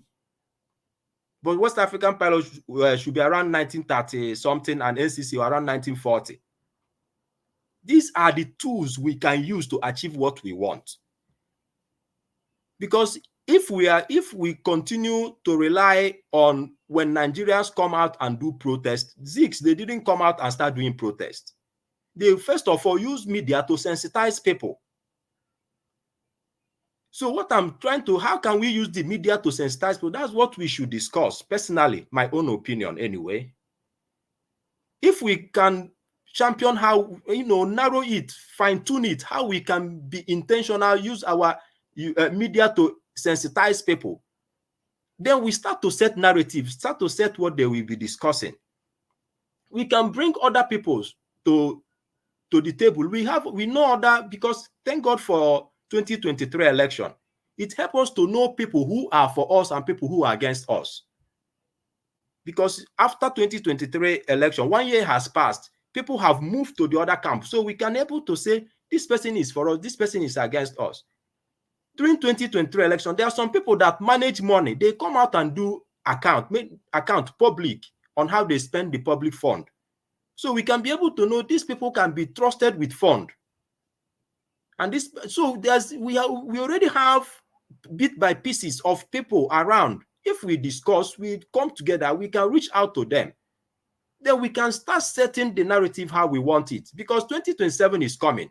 If we move into 2027 scattered and unorganized, we have the same result and the same outcome. Even worse will happen to us. Because after the presidential election, they grow wings. What will happen in Edo election will surprise you. The impunity that will happen will surprise us, because they have grown wind and they have known that nothing will happen, and they will do it, and believe me, nothing will still happen. You see Edo election coming up, nothing will happen. They will do whatever they plan to do with boldness and impunity. But the earlier we start, because when we come together, we can be able to demand a change in legislation that we want, that we back it up. Thank you for the time you have given me. I think with time I will be able to, we can be able to, although some of the things I said, I will like if we can think about it, and see how we can make it come to reality. Thank you very much, Niger Wash. Thank you very much, sir. Thank you so much. I appreciate you for your wonderful submission. God bless you, sir. So those of you that came early got all those long minis. So we're going to start with the proper minis now for those of you that came late. So I'm going to start with Mr. Odua. Mr. Odua, it's good to have you on the show. Good evening to you, sir. Please, you have 8 minutes to talk to us. Thank you. Good evening, Mr. Najawash. Good evening, all the panelists. Good evening, everyone listening and commenting. Well, as the reactions of the Nigerians towards obedience as the topic, towards obey negotiation with the PDP or whatever, I still stand on my ground. Peter Obi is not the one that formed Labour Party, he's the one that formed many people he will make alliance with. I prefer him making haste when the sun is shining. Now he can still select good people of Nigeria who really will the country to go forward or to be a better place. Form the alliance together, form a party and have a law that have no immunity. Because what keep people in Nigeria is immunity.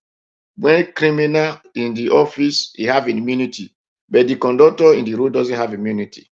When criminal stole billions, that one is free to go. The one that stole gold will go and rot in jail.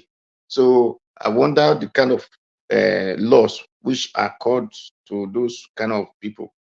Then, and we have those who call themselves professors or barristers or whatever, and they could not fight against such laws, and they want to come and benefit from such laws. So, well, for me, if Peter Obi really need the positions, the young Nigerians are there for him to have a party and spread the news all over the country between this year, so that we still have 2 years to prepare for the next election.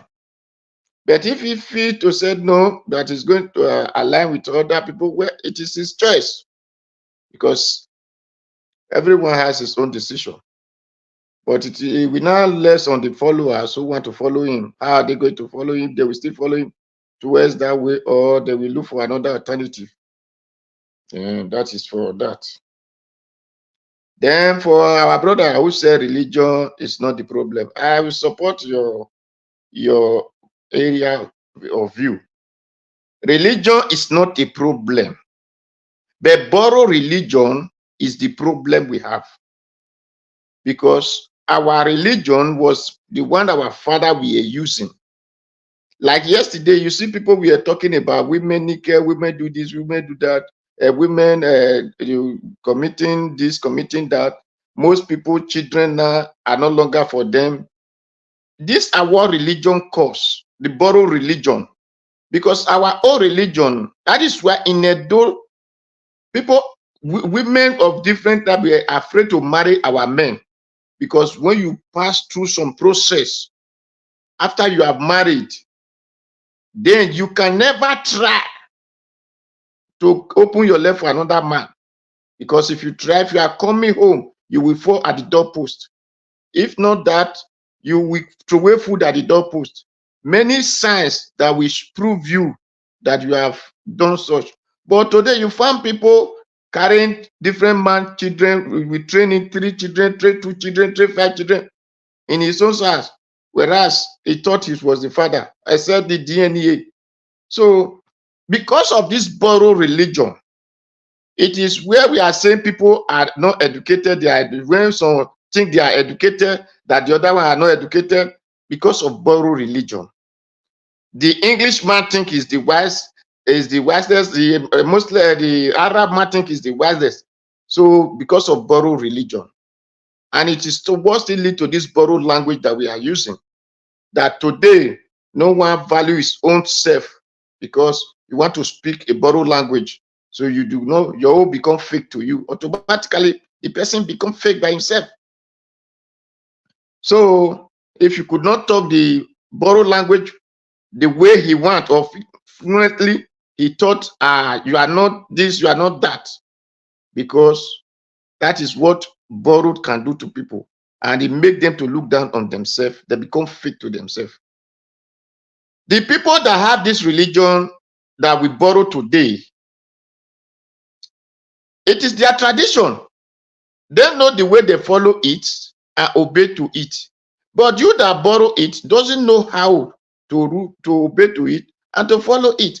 That is why your brother who put himself in the position that is not the one teaching you the borrowed religion, lead you astray of it.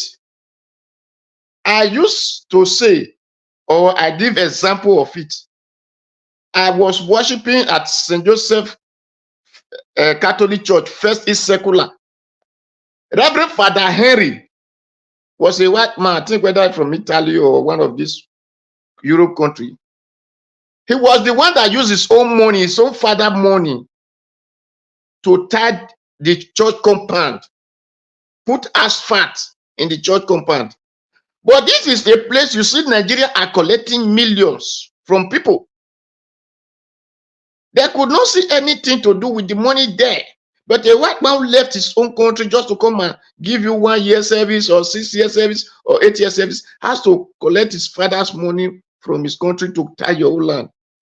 These are the people who hold the religion, who hold the tradition, because it's their tradition. So they know that it's benefit to people. You have it, you use it to benefit others. Just like when our people value our tradition, which is our religion. Stealing of land, you don't find it. You can't steal another person's property. You are afraid because it was your religion. So you know the outcome, you know the consequence, you know even the religion itself, you know the shame that you're going to have. So, but this borrowed religion, the person that, or the people that brought it to you came to steal, to destroy, to cause all harms. I wonder when Bible we are saying that shall not commit adultery. We know that these people were raping our sisters, our mothers, our aunties that time. That shall not kill. They were destroying our people. That shall not steal. They steal our own property. In the whole Nigeria, at least our own was the highest they stole. And this is the religious person is telling me he want to lead me to heaven. If the heaven is real, and I came to these people's land, they are resisting me. The people who raised me, who brought religion to me and said we are going to eat together, I'm in their land, they are resisting me. Then they used to, if it is truth, would they allow such religion to come to me? So religion is our problem. It's the one that enables those want to say, think only your own, that the other person is against you. The person that come to give them water now, they are telling them that it's Satan water. Is that no borrow mentality, borrow religion that caused that?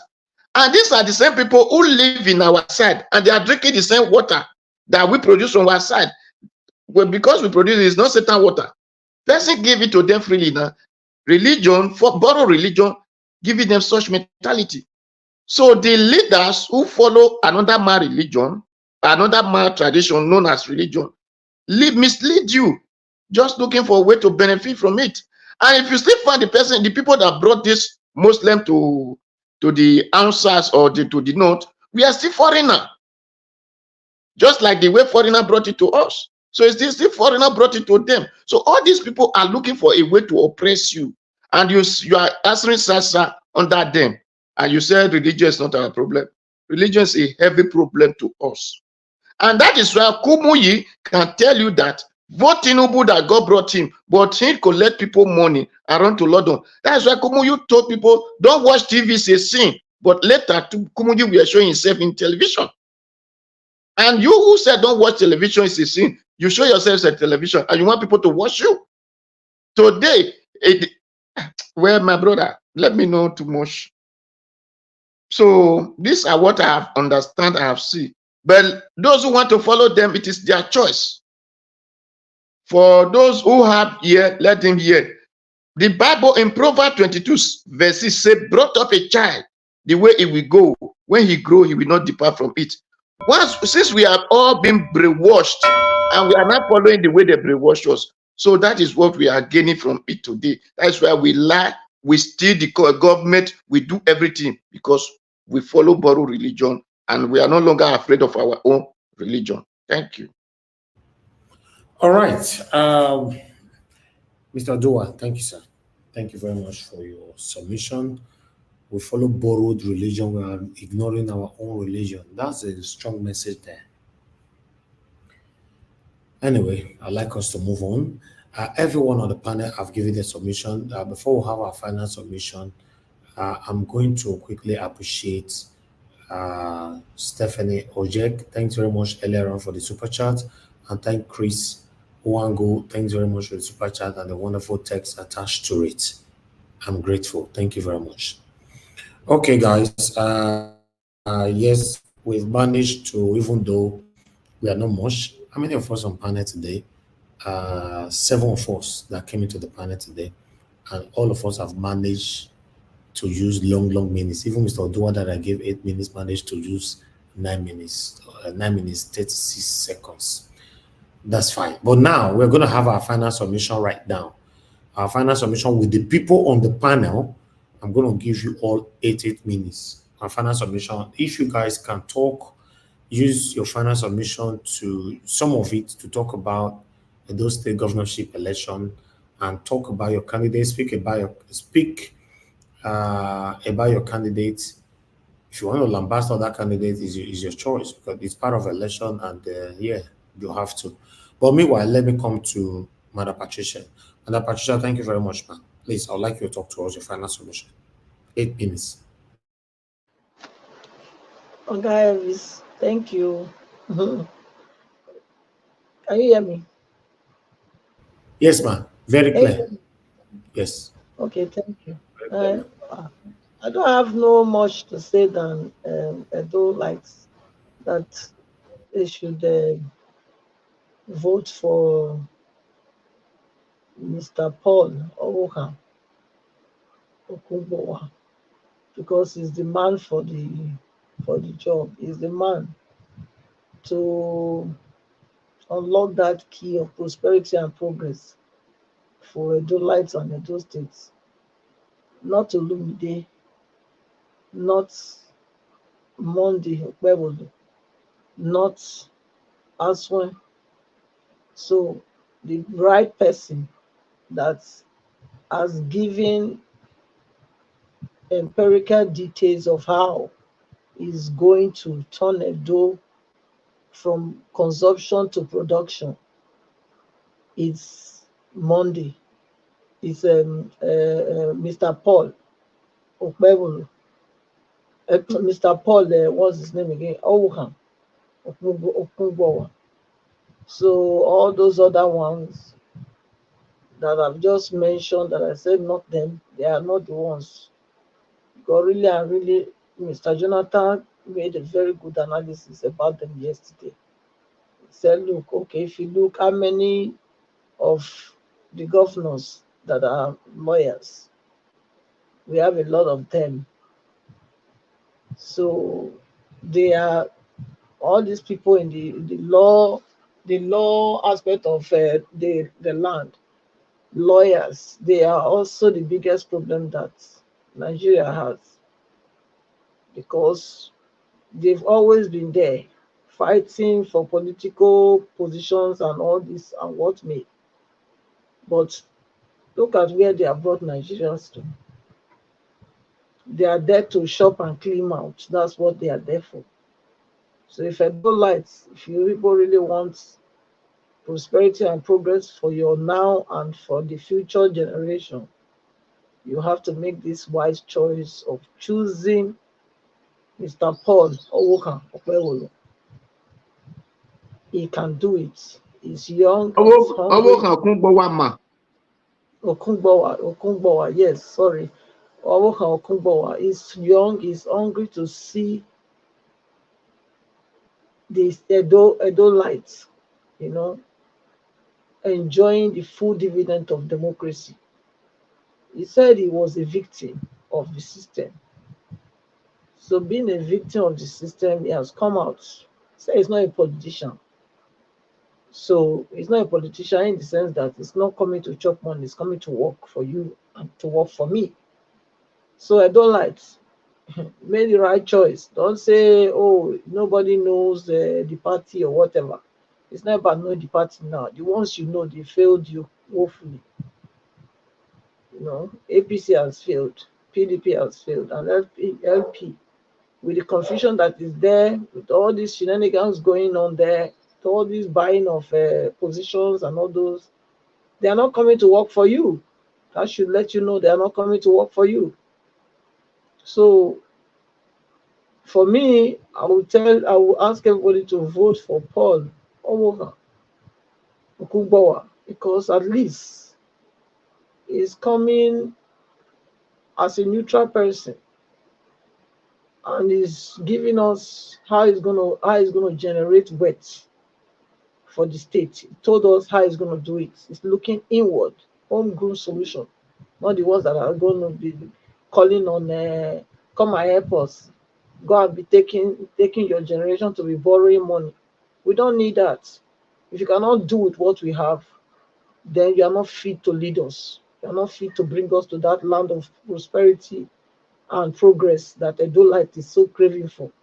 So, and these other three people, Monday, Okpewolo, Aswe Godalo, Olumide Akpata, none of them has the key. They don't have it. Their eyes are looking outside to go and borrow money and put you more in debt. But this young man is telling you, look, I'm going to do it because we have all it takes to generate wealth from within us. And I'm very sure that if he's given the chance, every one of us will be smiling. Edo will be that Edo of our dreams. So come September, vote Mr. Paul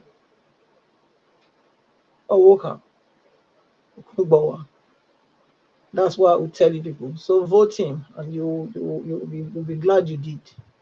So thank you, Mr. Elvis. I'll let the other people also. Thank you. So thank you so much. Thank you. Thank you very much, Mother Patricia. Thank you very much for all you do. All right, let me come to the next person, which was Mr. Jonathan earlier on. Mr. Jonathan, you have the floor. Your 8 minutes starts now. Final submission. No, say doctor will not give 8 minutes for final submission. Yeah, thank you. Thank you very much, Mr. Elvis, and thanks for the good work you are doing. Thanks for your understanding, your professionalism as well. I thank my fellow panelists and all those on the comment section once again, the callers. I greet everyone once again. I want to, yes, again, I will use this opportunity to project the candidacy of Mr. Paul Okungbowa of the YPP party. the people of Edo State, you don't have to even be living in Edo State. We all know the problems that the state is confronted with at this point in time. This is one of the most pivotal time for the people of Edo State. For Edo State, as a state that is so vital in Nigeria. We know all the problems. Where do we want to start from? From dilapidated roads to degraded educational structure to poor medical and housing system. We can name them on and on. All of these things will cost money. We all know that. To revamp, to refurbish, to start new ones from the scratch, it all involves money, and a lot of it. It is not just by listing them alone that you are going to do it. All these things will cost money. Writing them on paper, outlining them at each and every opportunity, that will not cut it. Mr. Paul Okuba has the plan. This man of the YPP, the candidate of the YPP, the people of Edo State, you have a candidate in the person of Paul Okuba who has plans to raise money, generate money for the people of Edo State. Not just waiting. His plan is authentic plan. He will not just be waiting for every 26th and 27th of the month, rush to Abuja, send his commissioner of finance to Abuja, sign the paper document for federal allocation. That again will not cut it. The state must generate. He has plan. Paul Okuba has the plan to turn the citizens of Edo State to millionaires. You have it already. You have the capacity. And yes, I subscribe to it. Mr. Paul Okuba has implementable. These are implementable plans. One of them specifically is in the agricultural sector. He stated it clearly. These are plans, I subscribe to it, implementable plans that will immediately, they are not rocket science. It doesn't come with so many numbers. It's straight and direct. How it will make the people of Edo State to be in charge of their own destiny, exporting their produce to the outside world. These are implementable plans that he has. So the people of Edo State, you have a candidate who knows exactly what he's talking about. And as I said, his plans are implementable. Please, Edo citizens, you have a candidate in the person of Paul Okuba. His plans are all encompassing. He has plans to create jobs for the people of Edo State, job opportunities for the youth. He has specific plans for Edolites, both at home and abroad. These are plans that will attract indigenes, even those Edolites that are outside, to invest directly and indirectly in the state. He has a specific plan to set up a directorate of common sense. He mentioned it. It's as simple as that. No complication, no grammar. This is what we do in Nigeria very good. They do it very good. They will use grammar. Let's just say it so that the people will understand it very well. The people on the street, grammar. Don't let them use grammar. Call it what it is. Common sense. The women, the market women understood this very well. When you tell them common sense, you will set it up, a directorate of common sense. directly in his office that will take ideas from Edolites, both at home and abroad, and all these ideas will be looked into. So that is government of the people. That is accommodating the people. It has one of the best plans that he has for the state in the area of education. That will also be a money generating plan in education. Hardly have I ever seen a candidate, a Nigerian politician, that will tell you he will generate money from education. This is novel. By exporting intellectual enterprise. And he stated it clearly. How this will happen is not complicated because there are talented people in Edo State.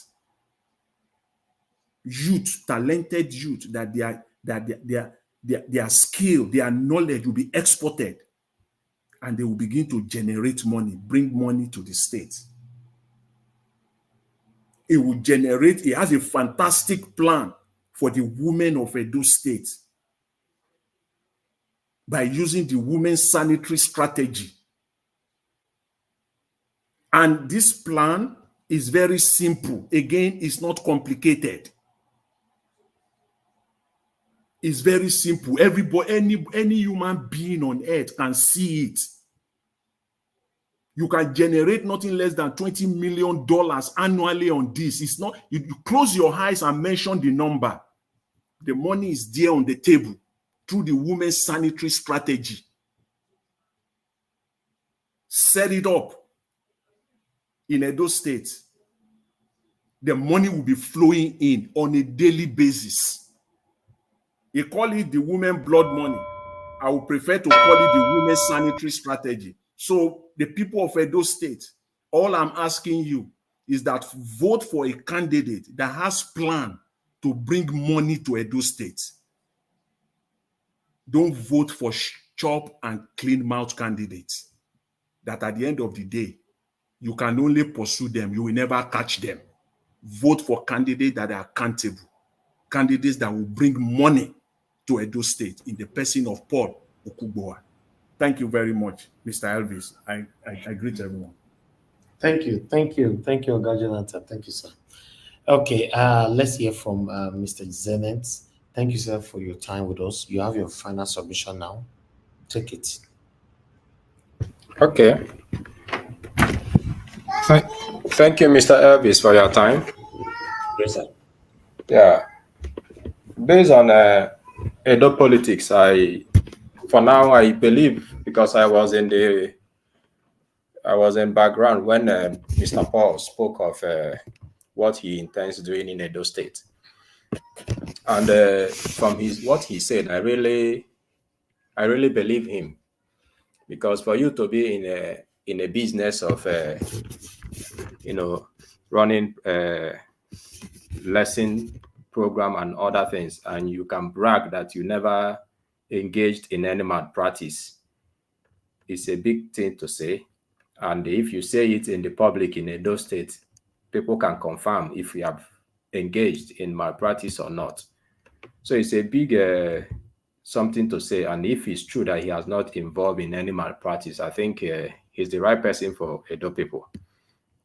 But what I really want to chip in, because I don't have much to say on Edo politics, is I think Edo people should be thinking of what to do to make the election worthwhile. Because during 2003 election, we are busy campaigning for Peter Obi, and we believe that things that people we are dealing with are human beings, without knowing the extent they are ready to go. So Edo people should also get ready for the extent these people are ready to go as well. They should be strategizing how to make their votes safe. If that is not done, all the effort will still, the same thing that happened in 2003 may happen. But I believe if people come out in mass and vote one direction or one direction and defend their vote, they will be overwhelmed that they can't do anything.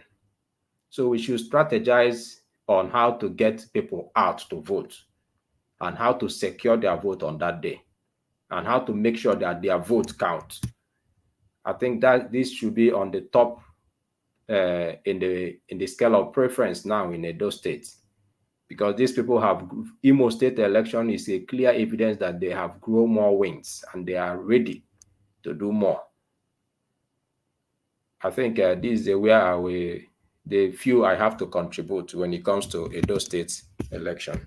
Thank you for the opportunity. Okay. Thank you, sir. Thank you very much, Mr. Zen. God bless you, sir. I appreciate your presence with us today. All right. Let me move on to Oga Chris. Oga Chris, you have your plan. You have your time. I know where Oga Chris one pass come so. I know. You want to scatter everywhere. Hey, no. I know. Good evening, sir. I dey wait for him. I dey wait for him. Make it try. The way you want to scatter all of Fula, right? Make it try. Lady, I hear you. George, first of all, before anything, let me thank you again for giving me 16 whole minutes of your valuable time to speak to Nigerians. I'm very grateful for that 16 minutes. You know, that could have been two people talking, but that was me talking to Nigerians, expressing my view. And I'll just continue to talk to Nigerians, but now a subset of Nigerians, which is the Edo State subsets. I think one thing we've all agreed on, I think we are all on the same page, even the people in PDP, that Edo State deserves better and that we need to do more. We've all agreed that the past government, they've all failed. So what we are looking at for now is somebody that can actually turn the trajectory of failed leadership to a different direction, not just only a different direction, but a positive direction. So we are just going to look at the indices that determines a positivity. And you know, the first thing amongst these is having the people in your mind at all points in time. No matter the level of plans, whatever you intend to bring, if you don't talk about putting the people first, making your government a people-centered governance that is based on social justice, anything that you do, eventually the pride of human will come in and will erode everything that it stands for. And that is why you can have countries, you have people take over power, dictators. You know, initially they come with goodwill. They are there for the people, but because they are not people-focused, people-centered, at the long run, they start to pursue their own personal ambition. And this is the difference Olumide Agbata brings to the table.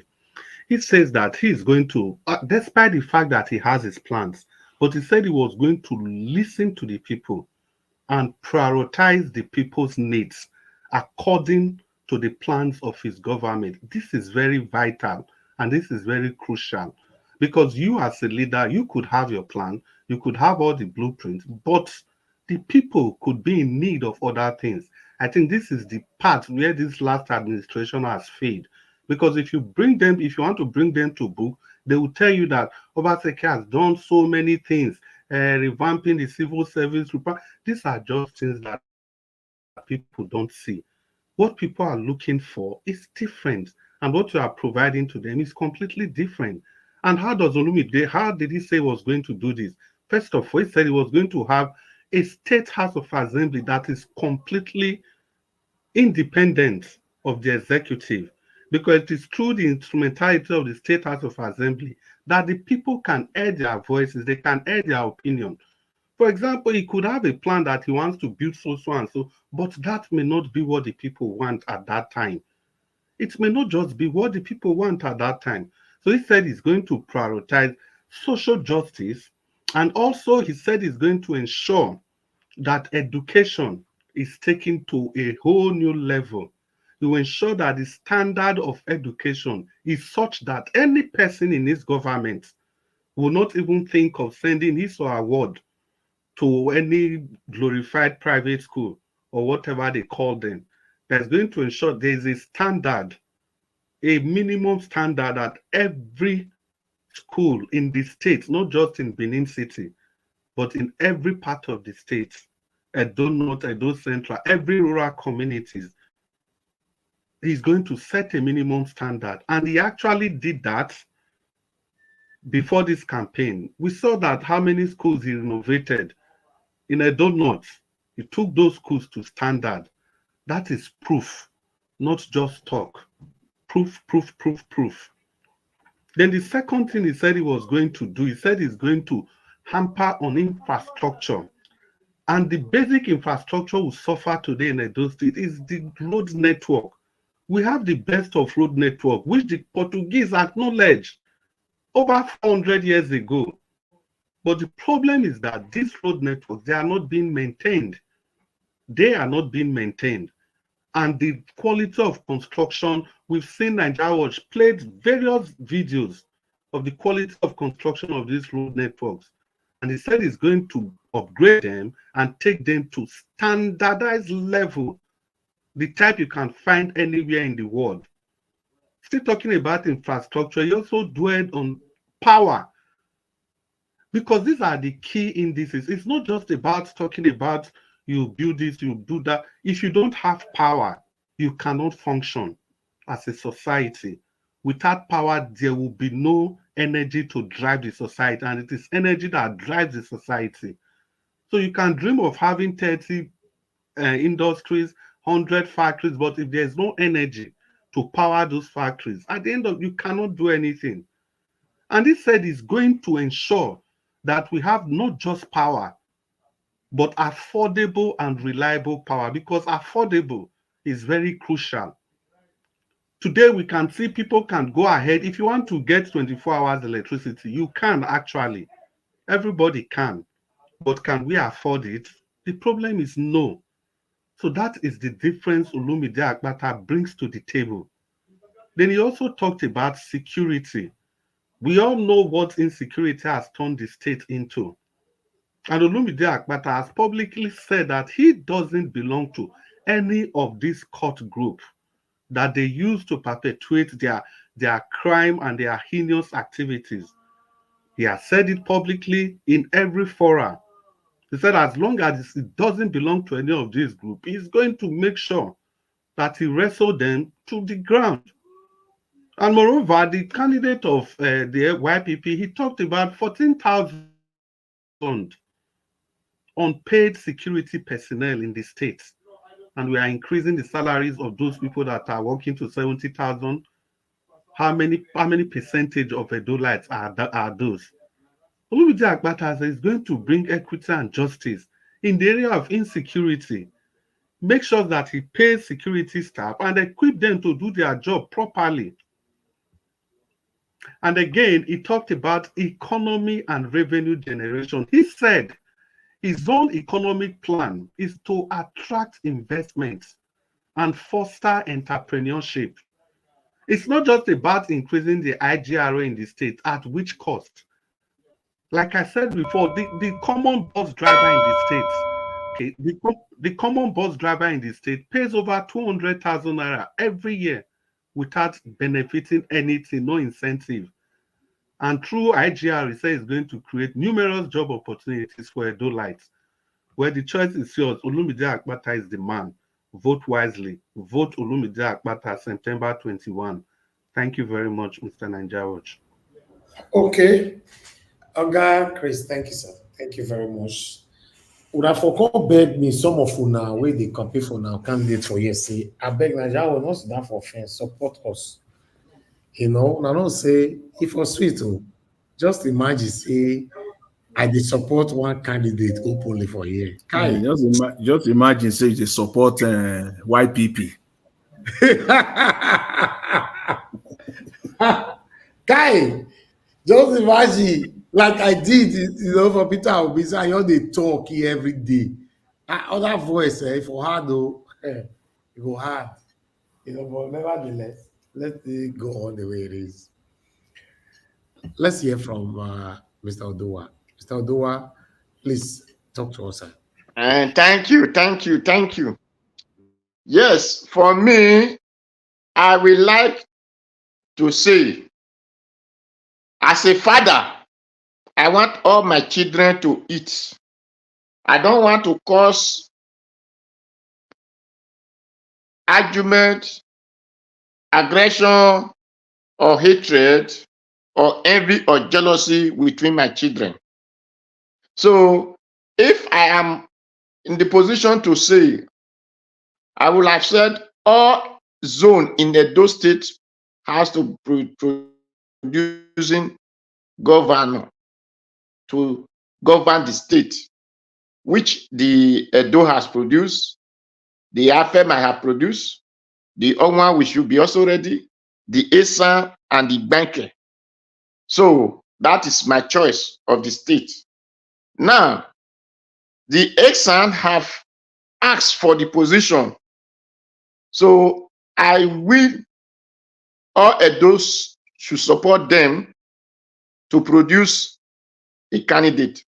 But it is unfortunate that the two persons coming out in Exan now, well, let's say we are looking at the PDP because the APC, which they call a motor, as people must say, was sent to represent the ESA in Senate or the Edos in Senate. Instead of him fighting for us, he was fighting for his pocket, collecting 160 million SUV, and whereby the road to Ekpoma, from Edo to Ekpoma, or from Edo to Auchi, you can't pass the road. And this senator, which is known as Modeo Pebble, contesting as APC governorship, we are busy putting money in his pocket. So for that, a person could not fight for his development and say, he want to come and rule the state or lead the state. So it's not going area. And the same senator, when Buhari were destroying the brothers were destroying people not to go to farm, you cannot travel from the road, the same senator could not talk. You cannot leave Ubiyaya to Iruekme because of Buhari brothers. You cannot leave from Edo to Eho because of Buhari brothers. And this senator could not fight for his people. So for that reason, Edo people, if you vote such person, it is less for you. Then for the PDP, which is known as Asweli Rudalu, he make a statement which I take a little. He said his government will be for the Edo people. So he will put the Edo people in consideration before he take any decision. So for that a little bit, I check it. I said, okay, but I was not opportune to ask him a question, just one question. So for that reason, I have a little view on that. Then for the Labour Party, which is from the Edo that I came from, which you people can call the Benin City, I asked him a simple question. People are saying that he said he want to develop the state, he want to make economy, he want to bring infrastructure, he want to do this, he want to do that. Only one infrastructure that our Baba Ugbemudia has given to us is Okbila's May Factory, which they are co-business people known as Adasoshemole and Obaseki, who were former governor. Whether they sold it or they leased it to a Northerner, I don't know how they do it. We, the Edo, are looking for money, building houses. And we have the money to develop that May Factory. Instead of them bringing us to unity so that we can put our money there, then they start selling our property. I asked our brother, as a lawyer, who know law, who know that if a caretaker sell a house of a landlord, the caretaker is a criminal and the person that bought that house is a criminal. I asked him, what will you do about this factory? He said, well, he will look into it. He's not aware of anything there now. He will look into it if it's opportune, if it's vote for. But he doesn't care who control the property. That is where I see that there is no hope in this man. You should have cared who control that property. The people you want to lead is the owner of that property. They're supposed to control their property. You as a caretaker, you will have care for them. But since you say you doesn't care who control it, so the Northerner can control it, the Westerner can control it, the American can control it, you are not care. It is only the tax they will be paying to your state, you are care. And if your people are controlling this thing, they will still pay the same tax and they will be making money from it. But you are not care make money from it. You are only care on the tax. So for that reason, and the same person is a lawyer. So for that reason, I never see anything hopeful to take from him, because it is one question I asked. And the same question I asked YPP, our brother, who's still from Edo, which I came from, known as Benin City. I asked him, what will you do with this Okpila space since he had been sold? And this, he said he did not know anything about it now, but if he has the opportunity, we check it and know how they did it. But there will be no reason that Edo people or Edo State government not being the one in charge of that factory, producing cement and selling for the 36 states. So you Edo people, you people have to put this in scale and wait by yourself. For a person who did not care, or for the one who said we should be the one producing cement for other people to buy, then you choose who you will vote for. The one who said we should be the one producing cement is YPP, is Okuba and Paul, and who said he will generate money. So thank you. God bless you. All right. Thank you. Thank you, Mr. Odua. This will be last debate. All right. I appreciate every one of you, my people. At least we conveniently achieve our 3 hours today. Conveniently.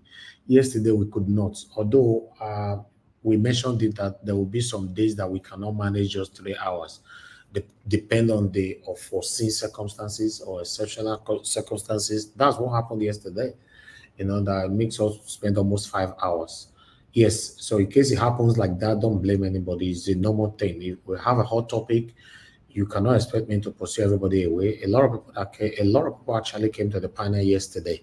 Yeah, so but today now, everyone that came in today, 7 of us appeared on this panel, and we received about 5 calls or so, and everybody conveniently talked properly. So that's a good thing. So but before we round up, I would like us to listen to this particular video here. You know, just before I give my own final submission. Maybe some of you might realize that this is where our problem lies on. You know, because some of us are not seeing it deep. Maybe this video might make you to see better. Watch this. Resources we have in our country is enough to take care of everybody in that country. We should not have a single poor person in Sierra Leone. But unfortunately, we are not given the free will to make decisions on our own mineral resources. There's always Big Brother who decides. And when you fight and say, no, we are not going to do this, they use the system to stop you.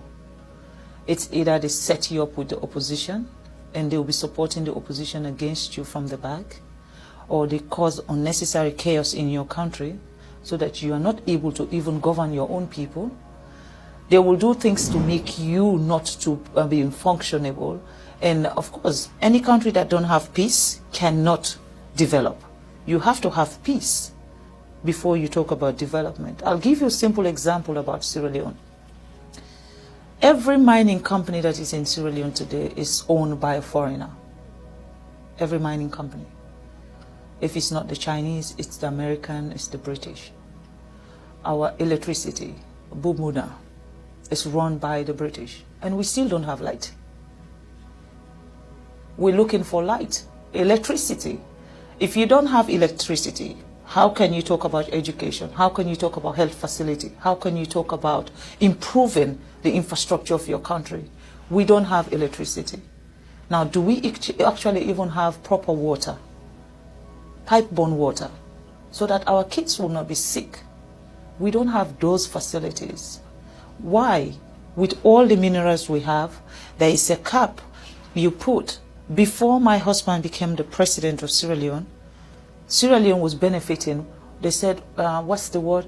0.000.1%. What is that? Basically, a company can take as much as $100 million out of the country in terms of minerals, and then they can just give the country $10,000. Now, what will $10,000 do for our health system? What is $10,000 do for our educational system? And these are the things I believe that are stopping Africa from progressing. We don't have a say. The sense about us celebrating independence, I don't know why we celebrate independence, because we are not free. That is my own take. I'm not speaking also on behalf of the government of Sierra Leone, nor am I speaking on behalf of His Excellency the President. I am speaking as Fatima, as a citizen of a country who believes that things need to change.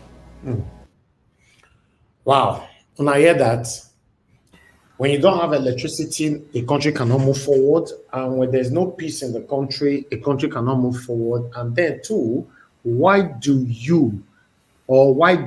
we celebrate our independence when we are not free? It's this woman finished work for that video. Although she was actually talking because she's a Sierra Leonean, but she was speaking for the whole Africa. We are not free. We're in big trouble. Whenever general election is coming in Nigeria, most especially in the #1 seat, these people up there work so hard to make sure that the person they want hold that office so that they can extort the country dry. That's why we are where we are. When we are fighting, we don't need these people. Some of you will be fighting us. Look where we are. You and I will grow. You'll be hating me, and all that will grow. Our time will pass. But look where we are today. I thought I should play that video for some of you. I don't know if it makes sense. I beg tomorrow, before people start to talk, play that video. Every day be playing this video, please. Not when finish before people start talking. Okay, Mr. Anjawaj, can I just jump in, please? Yeah. Yeah, you see, I am very happy that you emphasize electricity again. You see, this was what I just finished saying, and this is what I said Olumide Akpata said. How can you actually drive your society without energy? And I went on to talk about not just energy, but affordable energy. And this is a woman from a different clan altogether. It has nothing to do with the Labour Party, has nothing to do with Olumide Akpata. She just re-emphasized the same thing. That Olumide Akpata said, no matter what your plans are, if you don't have energy, affordable, if you don't have a plan to have an affordable energy that can drive all your plan, then it means you are going nowhere. And again, you see this lady also talk about freedom. And I also made it clear the other thing Olumide Akpata talked about, that is going to give power back to the State House of Assembly so that the people can express themselves and say what they actually want. And that is freedom. It's not for a government to just wake up and start bringing policies that are not people-centered. The policy might be good, but is it what the people are currently in need of? And lastly, this is how first ladies talk. Because for some of us that always look for a way to make excuses for these our leaders, yesterday it was very clear that we needed to criticize the wife of the president. It has nothing to do with culture. Look at what first lady is talking about. He understands politics. Not that he give first lady opportunity to talk, they start looking for who to blame, who not to blame.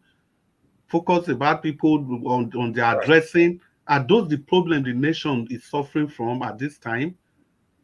Well, thank you very much. I rest my case. Thank you, Oga Chris. God bless you. I can see Madam Luke.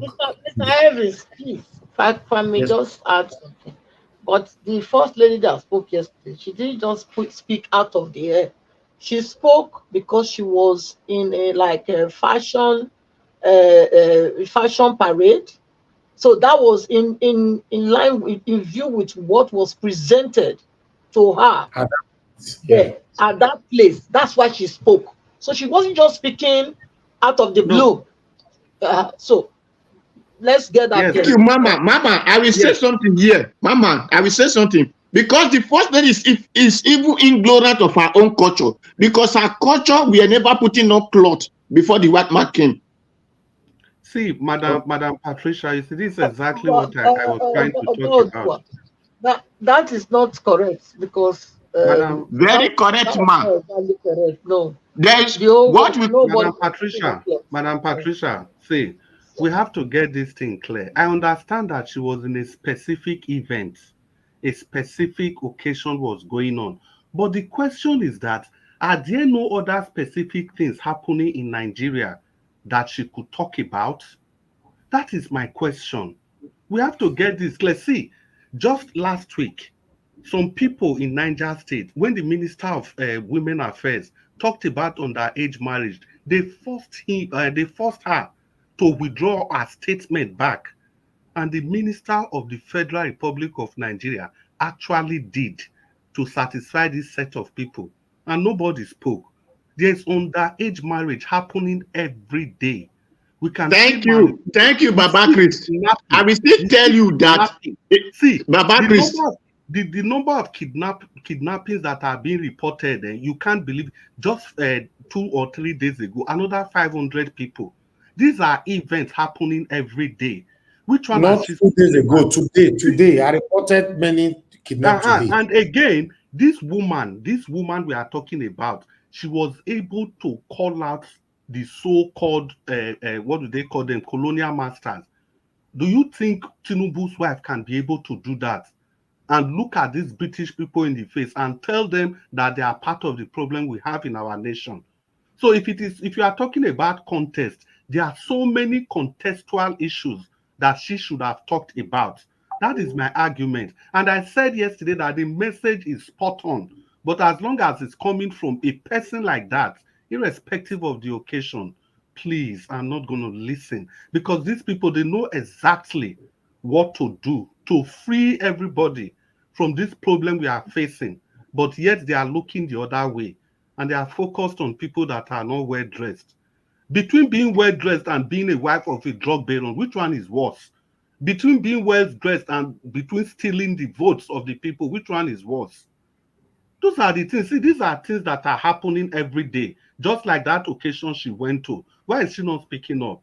That is my argument. Baba Chris, I want to say something also. You just mention one thing and say underage marriage. It is this same white culture who told us underage marriage. There is nothing like underage marriage. The time of my own father, not my grandfather, the day that a child was born, that is the day he married. The time of my father, my biological father. So what is underage marriage? I'm not in support of that, I beg.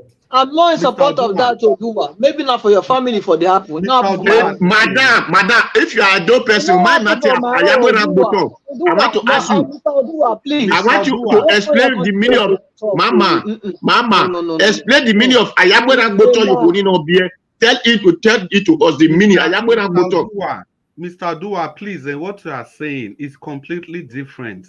We understand. It is marriage. It is marriage.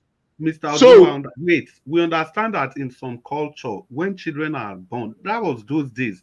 You know, one family, they can start kind of, how do they put that in English? I wouldn't know the exact word. You know, you kind of paying homage to the other family with the hope that their daughter will be your wife in future. Not having carnal knowledge with a girl, 12 years old girl, start having children. That doesn't happen anywhere in Benin culture. Nowhere. You have 12, 13 years old children, all getting married every day. You have the people that threaten this woman. She couldn't say anything. They didn't say anything. And yet they are focused on people that are just dressing. And what? If that word had come from a different person, I would have applauded that word. But not from somebody. There's moral decadence, moral standing. They don't have it. They don't have it. It's like the rigor of our election, Mahmoud, will come out and be preaching free and fair election. Then you expect me to say, this man is saying a good thing. Then at the end of the day, we'll go and do the opposite. Is it not the same man? Look at what he said at Chatham House, and he came home to do the opposite. So when these people are talking, the message is as important as who is delivering the message. This woman is the first lady. She attacked everybody in the society, everybody, even foreign powers. That is how people should speak. That is how see, when people talk like this, you know that they have nothing to hide. You know that they don't have bank accounts in those foreign lands. You know that these foreign people, they don't have any record of their wrongdoings. It is only leaders that have stained themselves that will come out and be talking with their true side of their mouth. That is why somebody like Peter Obi, when he was leaving the UK, do you know he had to go and drop his permanent residence? Gave it back to the British people that he was leaving. Oyibo people say, which kind of person be this one? If it were to be a lot of people are doing different magic to obtain citizenship. But even if he had left, he could have allowed that paper to be running. That at the end of it, they will get British citizenship. Thank you. But he dropped it. Thank you so much, Mr. Nanjawo. Let me take this call. Thank you. Madam Origin, thanks for calling back again. Please quickly talk to us, ma'am. Hello, 2 minutes. Mr. Nanjawo, just a quick word. Mr. Odua, I'm coming after you direct. I'm not going to, all protocols aside, I'm coming after you direct. I've listened to you several times, and you're talking about religion, how you have your religion. Let me tell you direct, you have no religion. And we have traditions, we have our cultures. Everything called religion is man-made. Now, let me call you back a little bit. If you believe, personally, I believe I'm created in God's image. I am not an animal. I am not ape. I'm not anything else that people call themselves. So I base that on how I address myself. And as a human being, there are fundamental principles that govern life and living. When you look at it from the standpoint of, where you came from, that will help you really narrate and navigate how you think or how you process. Everything religion is man-made. Let us think anything that is respectable, anything that have morals, everything and anything that have integrity, everything and anything that has decency to it, I think that is what you accolade to your person, humanity, and all those created in God's image. Anything outside there is man-made, corruption, evil, and all that is going on around us. There was the man that said something about, he said clearly, religious leaders, traditional leaders, political leaders, the people that are leading the people are the ones that are causing all this mayhem. There is nothing in humanity that directs us to what is going on today, religion or not. I'm not processing, I stop it there, but I want to correct you on one thing. Don't bring in things that is going to cause people to begin to ask, where is this man coming from? Think about that. Thank you, Mr. Niger. God bless you. Thank you, ma'am. Thank you very much. All right, I guess we can round up the show right now. We're already 3 hours. Thank you very much, everyone. I appreciate you all that came to the panel once again. Madam Patricia, thank you very much, I appreciate you. Thank you, Mr. Jonathan. Thank you, Mr. Oduwa, Oga Chris. Thank you, Mr. Zenent, for your time with us earlier on. We have Black Panther on the phone. Black Panther, we don't close. Why they call this time now? We don't close. Hello. We don't close, Black Panther. We don't close. Eh? You they watch since Abi. Why you call the call now when we don't close? Why are you breaking the rules? I promise you one thing. This promise is not go fail. If I enter London, you know go run one show that they will disturb you. You will call police for me. I'll lock myself for inside my office now. If no, it's not me now. I bet talk to us. Must you call this time? Eh? Talk to us. I wanted to call because I want to start listening to people, and some kind of, when I listen, there's something that scratch my ears that thing that scratched my head that is wrong that Mr. Odua is saying, and Madam Patricia. You see, Mr. Odua, I want to address you. Go and check the history of Africa and modern history. Put it together. There's never a time that thing you have mentioned because it's an aberration to humanity. That's why I don't want to mention it. So that thing has never taken place before. Go and check before even before they started Islam. Go and check it. It has not been existing before. We can talk about it when you are up to 16, then you can start talking. But at a very young age, like that, it has never happened before. It is these people that brought it and they started doing it. And if you go to other Islamic states, they don't do that anymore. And I want to go to Madam Patricia. Madam Patricia, look, you see, sometimes you don't have to just, when you listen to them and you think their words are straight. No. This woman does not have the moral right to speak on that issue that she has spoken on. Despite we gave her the topic, she can coin the topic around and speak on other things. But she doesn't have the moral right. All what she was doing was distraction. It's trying to distract because the person that have aided and abetted a crime such as drug does not have any moral right to speak on morality anymore. A person that said, if these people are going to take over their property and take over their wife, does not have any moral right. You don't need to think about that person because the right to speak on that issue has been taken up by the antecedent. So, Madam Patricia, don't even talk straight on them because they have no moral right. Thank you, Nigerians, for giving us a good platform to speak. And I want to see the God bless every one of us, all the patrons that are speaking. We are listening to it because we decided to listen today so that we can hear the issues. And the issues of Edo State, please, let us, I will speak on that tomorrow because there's a plan on ground now that they are doing. And I will speak that, okay. Expose that plan tomorrow when I speak. Thank you, Agbirangbiri. Thank you.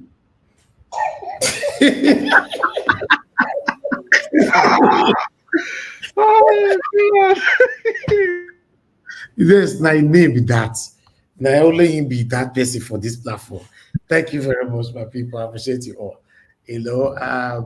Thank you. So the people on the panel, I appreciate you all once again. Those of you that supported those two of you today, Stephanie, Ojek, thank you very much, Chris Uwangu, thank you very much. Somebody sent me support on my PayPal. I don't know if it's private, but I'm sorry if I receive money. I like to say it, most especially from PayPal. I like to talk about it. Eze Shigbo, thank you very much, sir. I got your £10 from PayPal. May God bless you. May pocket never run dry. Thank you, sir. Then I'd like to appreciate those of you on the comment section. Mother of all Mommy Diaspora, thank you very much, Mommy. Appreciate you for all you do. Always. Thank you very much, Gospel Music. Abu Azi, thank you, sir, for being there, for all you do. Thank you so much. Appreciate you. Patience Ruwa, thank you. Riomi Abdul, thank you. Stella Masewendo Francono. Thank you very much, my people. I appreciate every one of you. Madam Luke, thank you very much for always being there, putting your voice there. Madam Luke, now one person, even though all of her they talk go lefty, she don't want to join that left, she's not interested. So I've lived on this platform to understand this woman. So you have to just accept her. She's not interested. She'll just say it how it is. Yes, normally in life, you should accept people to live their life. We cannot impose our lifestyle on other people's life. So yeah, because you check the world that we live, that many of us are living for people, because most of the things or decisions that we are taking is based on what will people say. That's how my own statistic, though, whenever I give statistic, here's mine. 80% of people in the world, not just Nigeria, are living on people's what will people say and all that. So people's opinion, you should live your life. I don't care what will people say about you. I appreciate you all, my people. Thank you so much, Bryce Strasser. Thank you. Madam Amen Bright, thank you very much, man. I can see you right there. Good evening to you. Rosie Ayosh, thank you. And many others that joined us today. Mother Tammy, it's good to hear from you, man. It's been a while. Thank you very much. God bless you. I appreciate every one of you. Dr. Happy Life, thank you. Gospel music once again, and many others. We've come to the end of the broadcast, my people. As you all know that our new rules is 3 hours, but don't worry, you're still going to be getting that 6 hours sometimes, depend on the topic. We'll just let it flow, but sometimes you see this one is beautiful. Now our panelists were not pressured to quickly speak and talk. They got enough time to talk on the topic presented to them today. So that is also useful as well. So if not only 5 people we get, 6 people we get, so the panelists will have enough time to talk and utilize that time to that 3 hours. So when it's busy, not easy. My hand, they pay me for a year to they put people in, remove people, do this, do that, talk, everything, multitasking. It's not easy. You're the worst from this time. You think say easy like that, not just too easy like that. But nevertheless, I appreciate every one of you that is encouraging me to do what I'm doing here every day. And God bless you, my people. Thank you very much for your prayers, for your good comment, your kindness, your support, your financial support, your time with us on the panel, everything you're doing to move the platform forward. And God bless you now. And everything that you're doing to see Nigeria work and become better in our time. And God bless you now. Thank you very much, my people. My last statement for this broadcast is I'm praying and I'm hopeful Peter Obi doesn't merge with anybody, to be honest, because even though me myself say I go support him, for example, Peter Obi go still collect basketballs. I know what I'm saying. I'm not saying because I'm not a pastor, I'm not listening to me until it don't happen. So I don't want my principal to merge with these people because, if you say me, you look and well, people will destroy us, will put us for where we did today, and APC and PDP. If you know saying a lie, they talk, you can continue to argue with your keyboard. Now enjoy my own cutting. Good night, my people, and I'll see you guys tomorrow. Bye for now. I know they do competition with anybody. If I offend you, forgive me. Show me love. Go to biza. Kama bara wa lo nínú ìfẹ́ kan akanbi. I know they do competition with anybody. If I offend you, forgive me. Show me love. I go show you love. Kama bara wa lo nínú ìfẹ́ kan. But I know they do competition with anybody.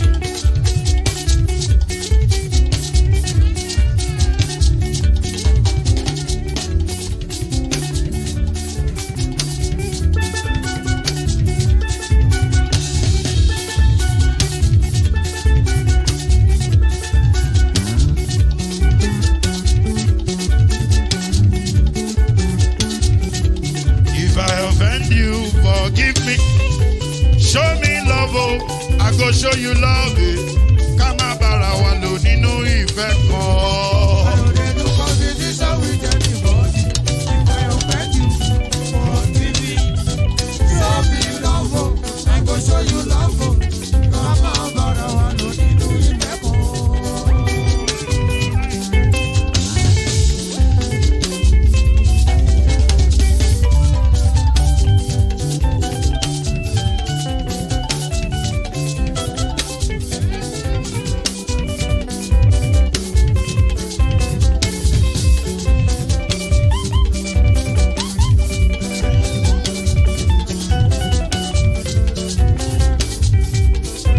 They do competition with anybody. If I offend you, forgive me.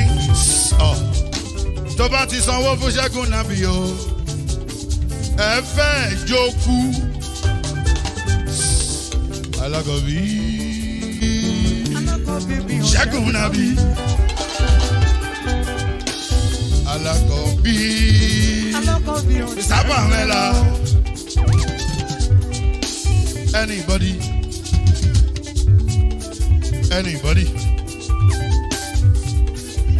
bobo. Anybody? Mo ló ń fọlú, ó gbà mí bó ṣe rí mi, láti finishing. Délé mọ́rọ́ ń fọdún.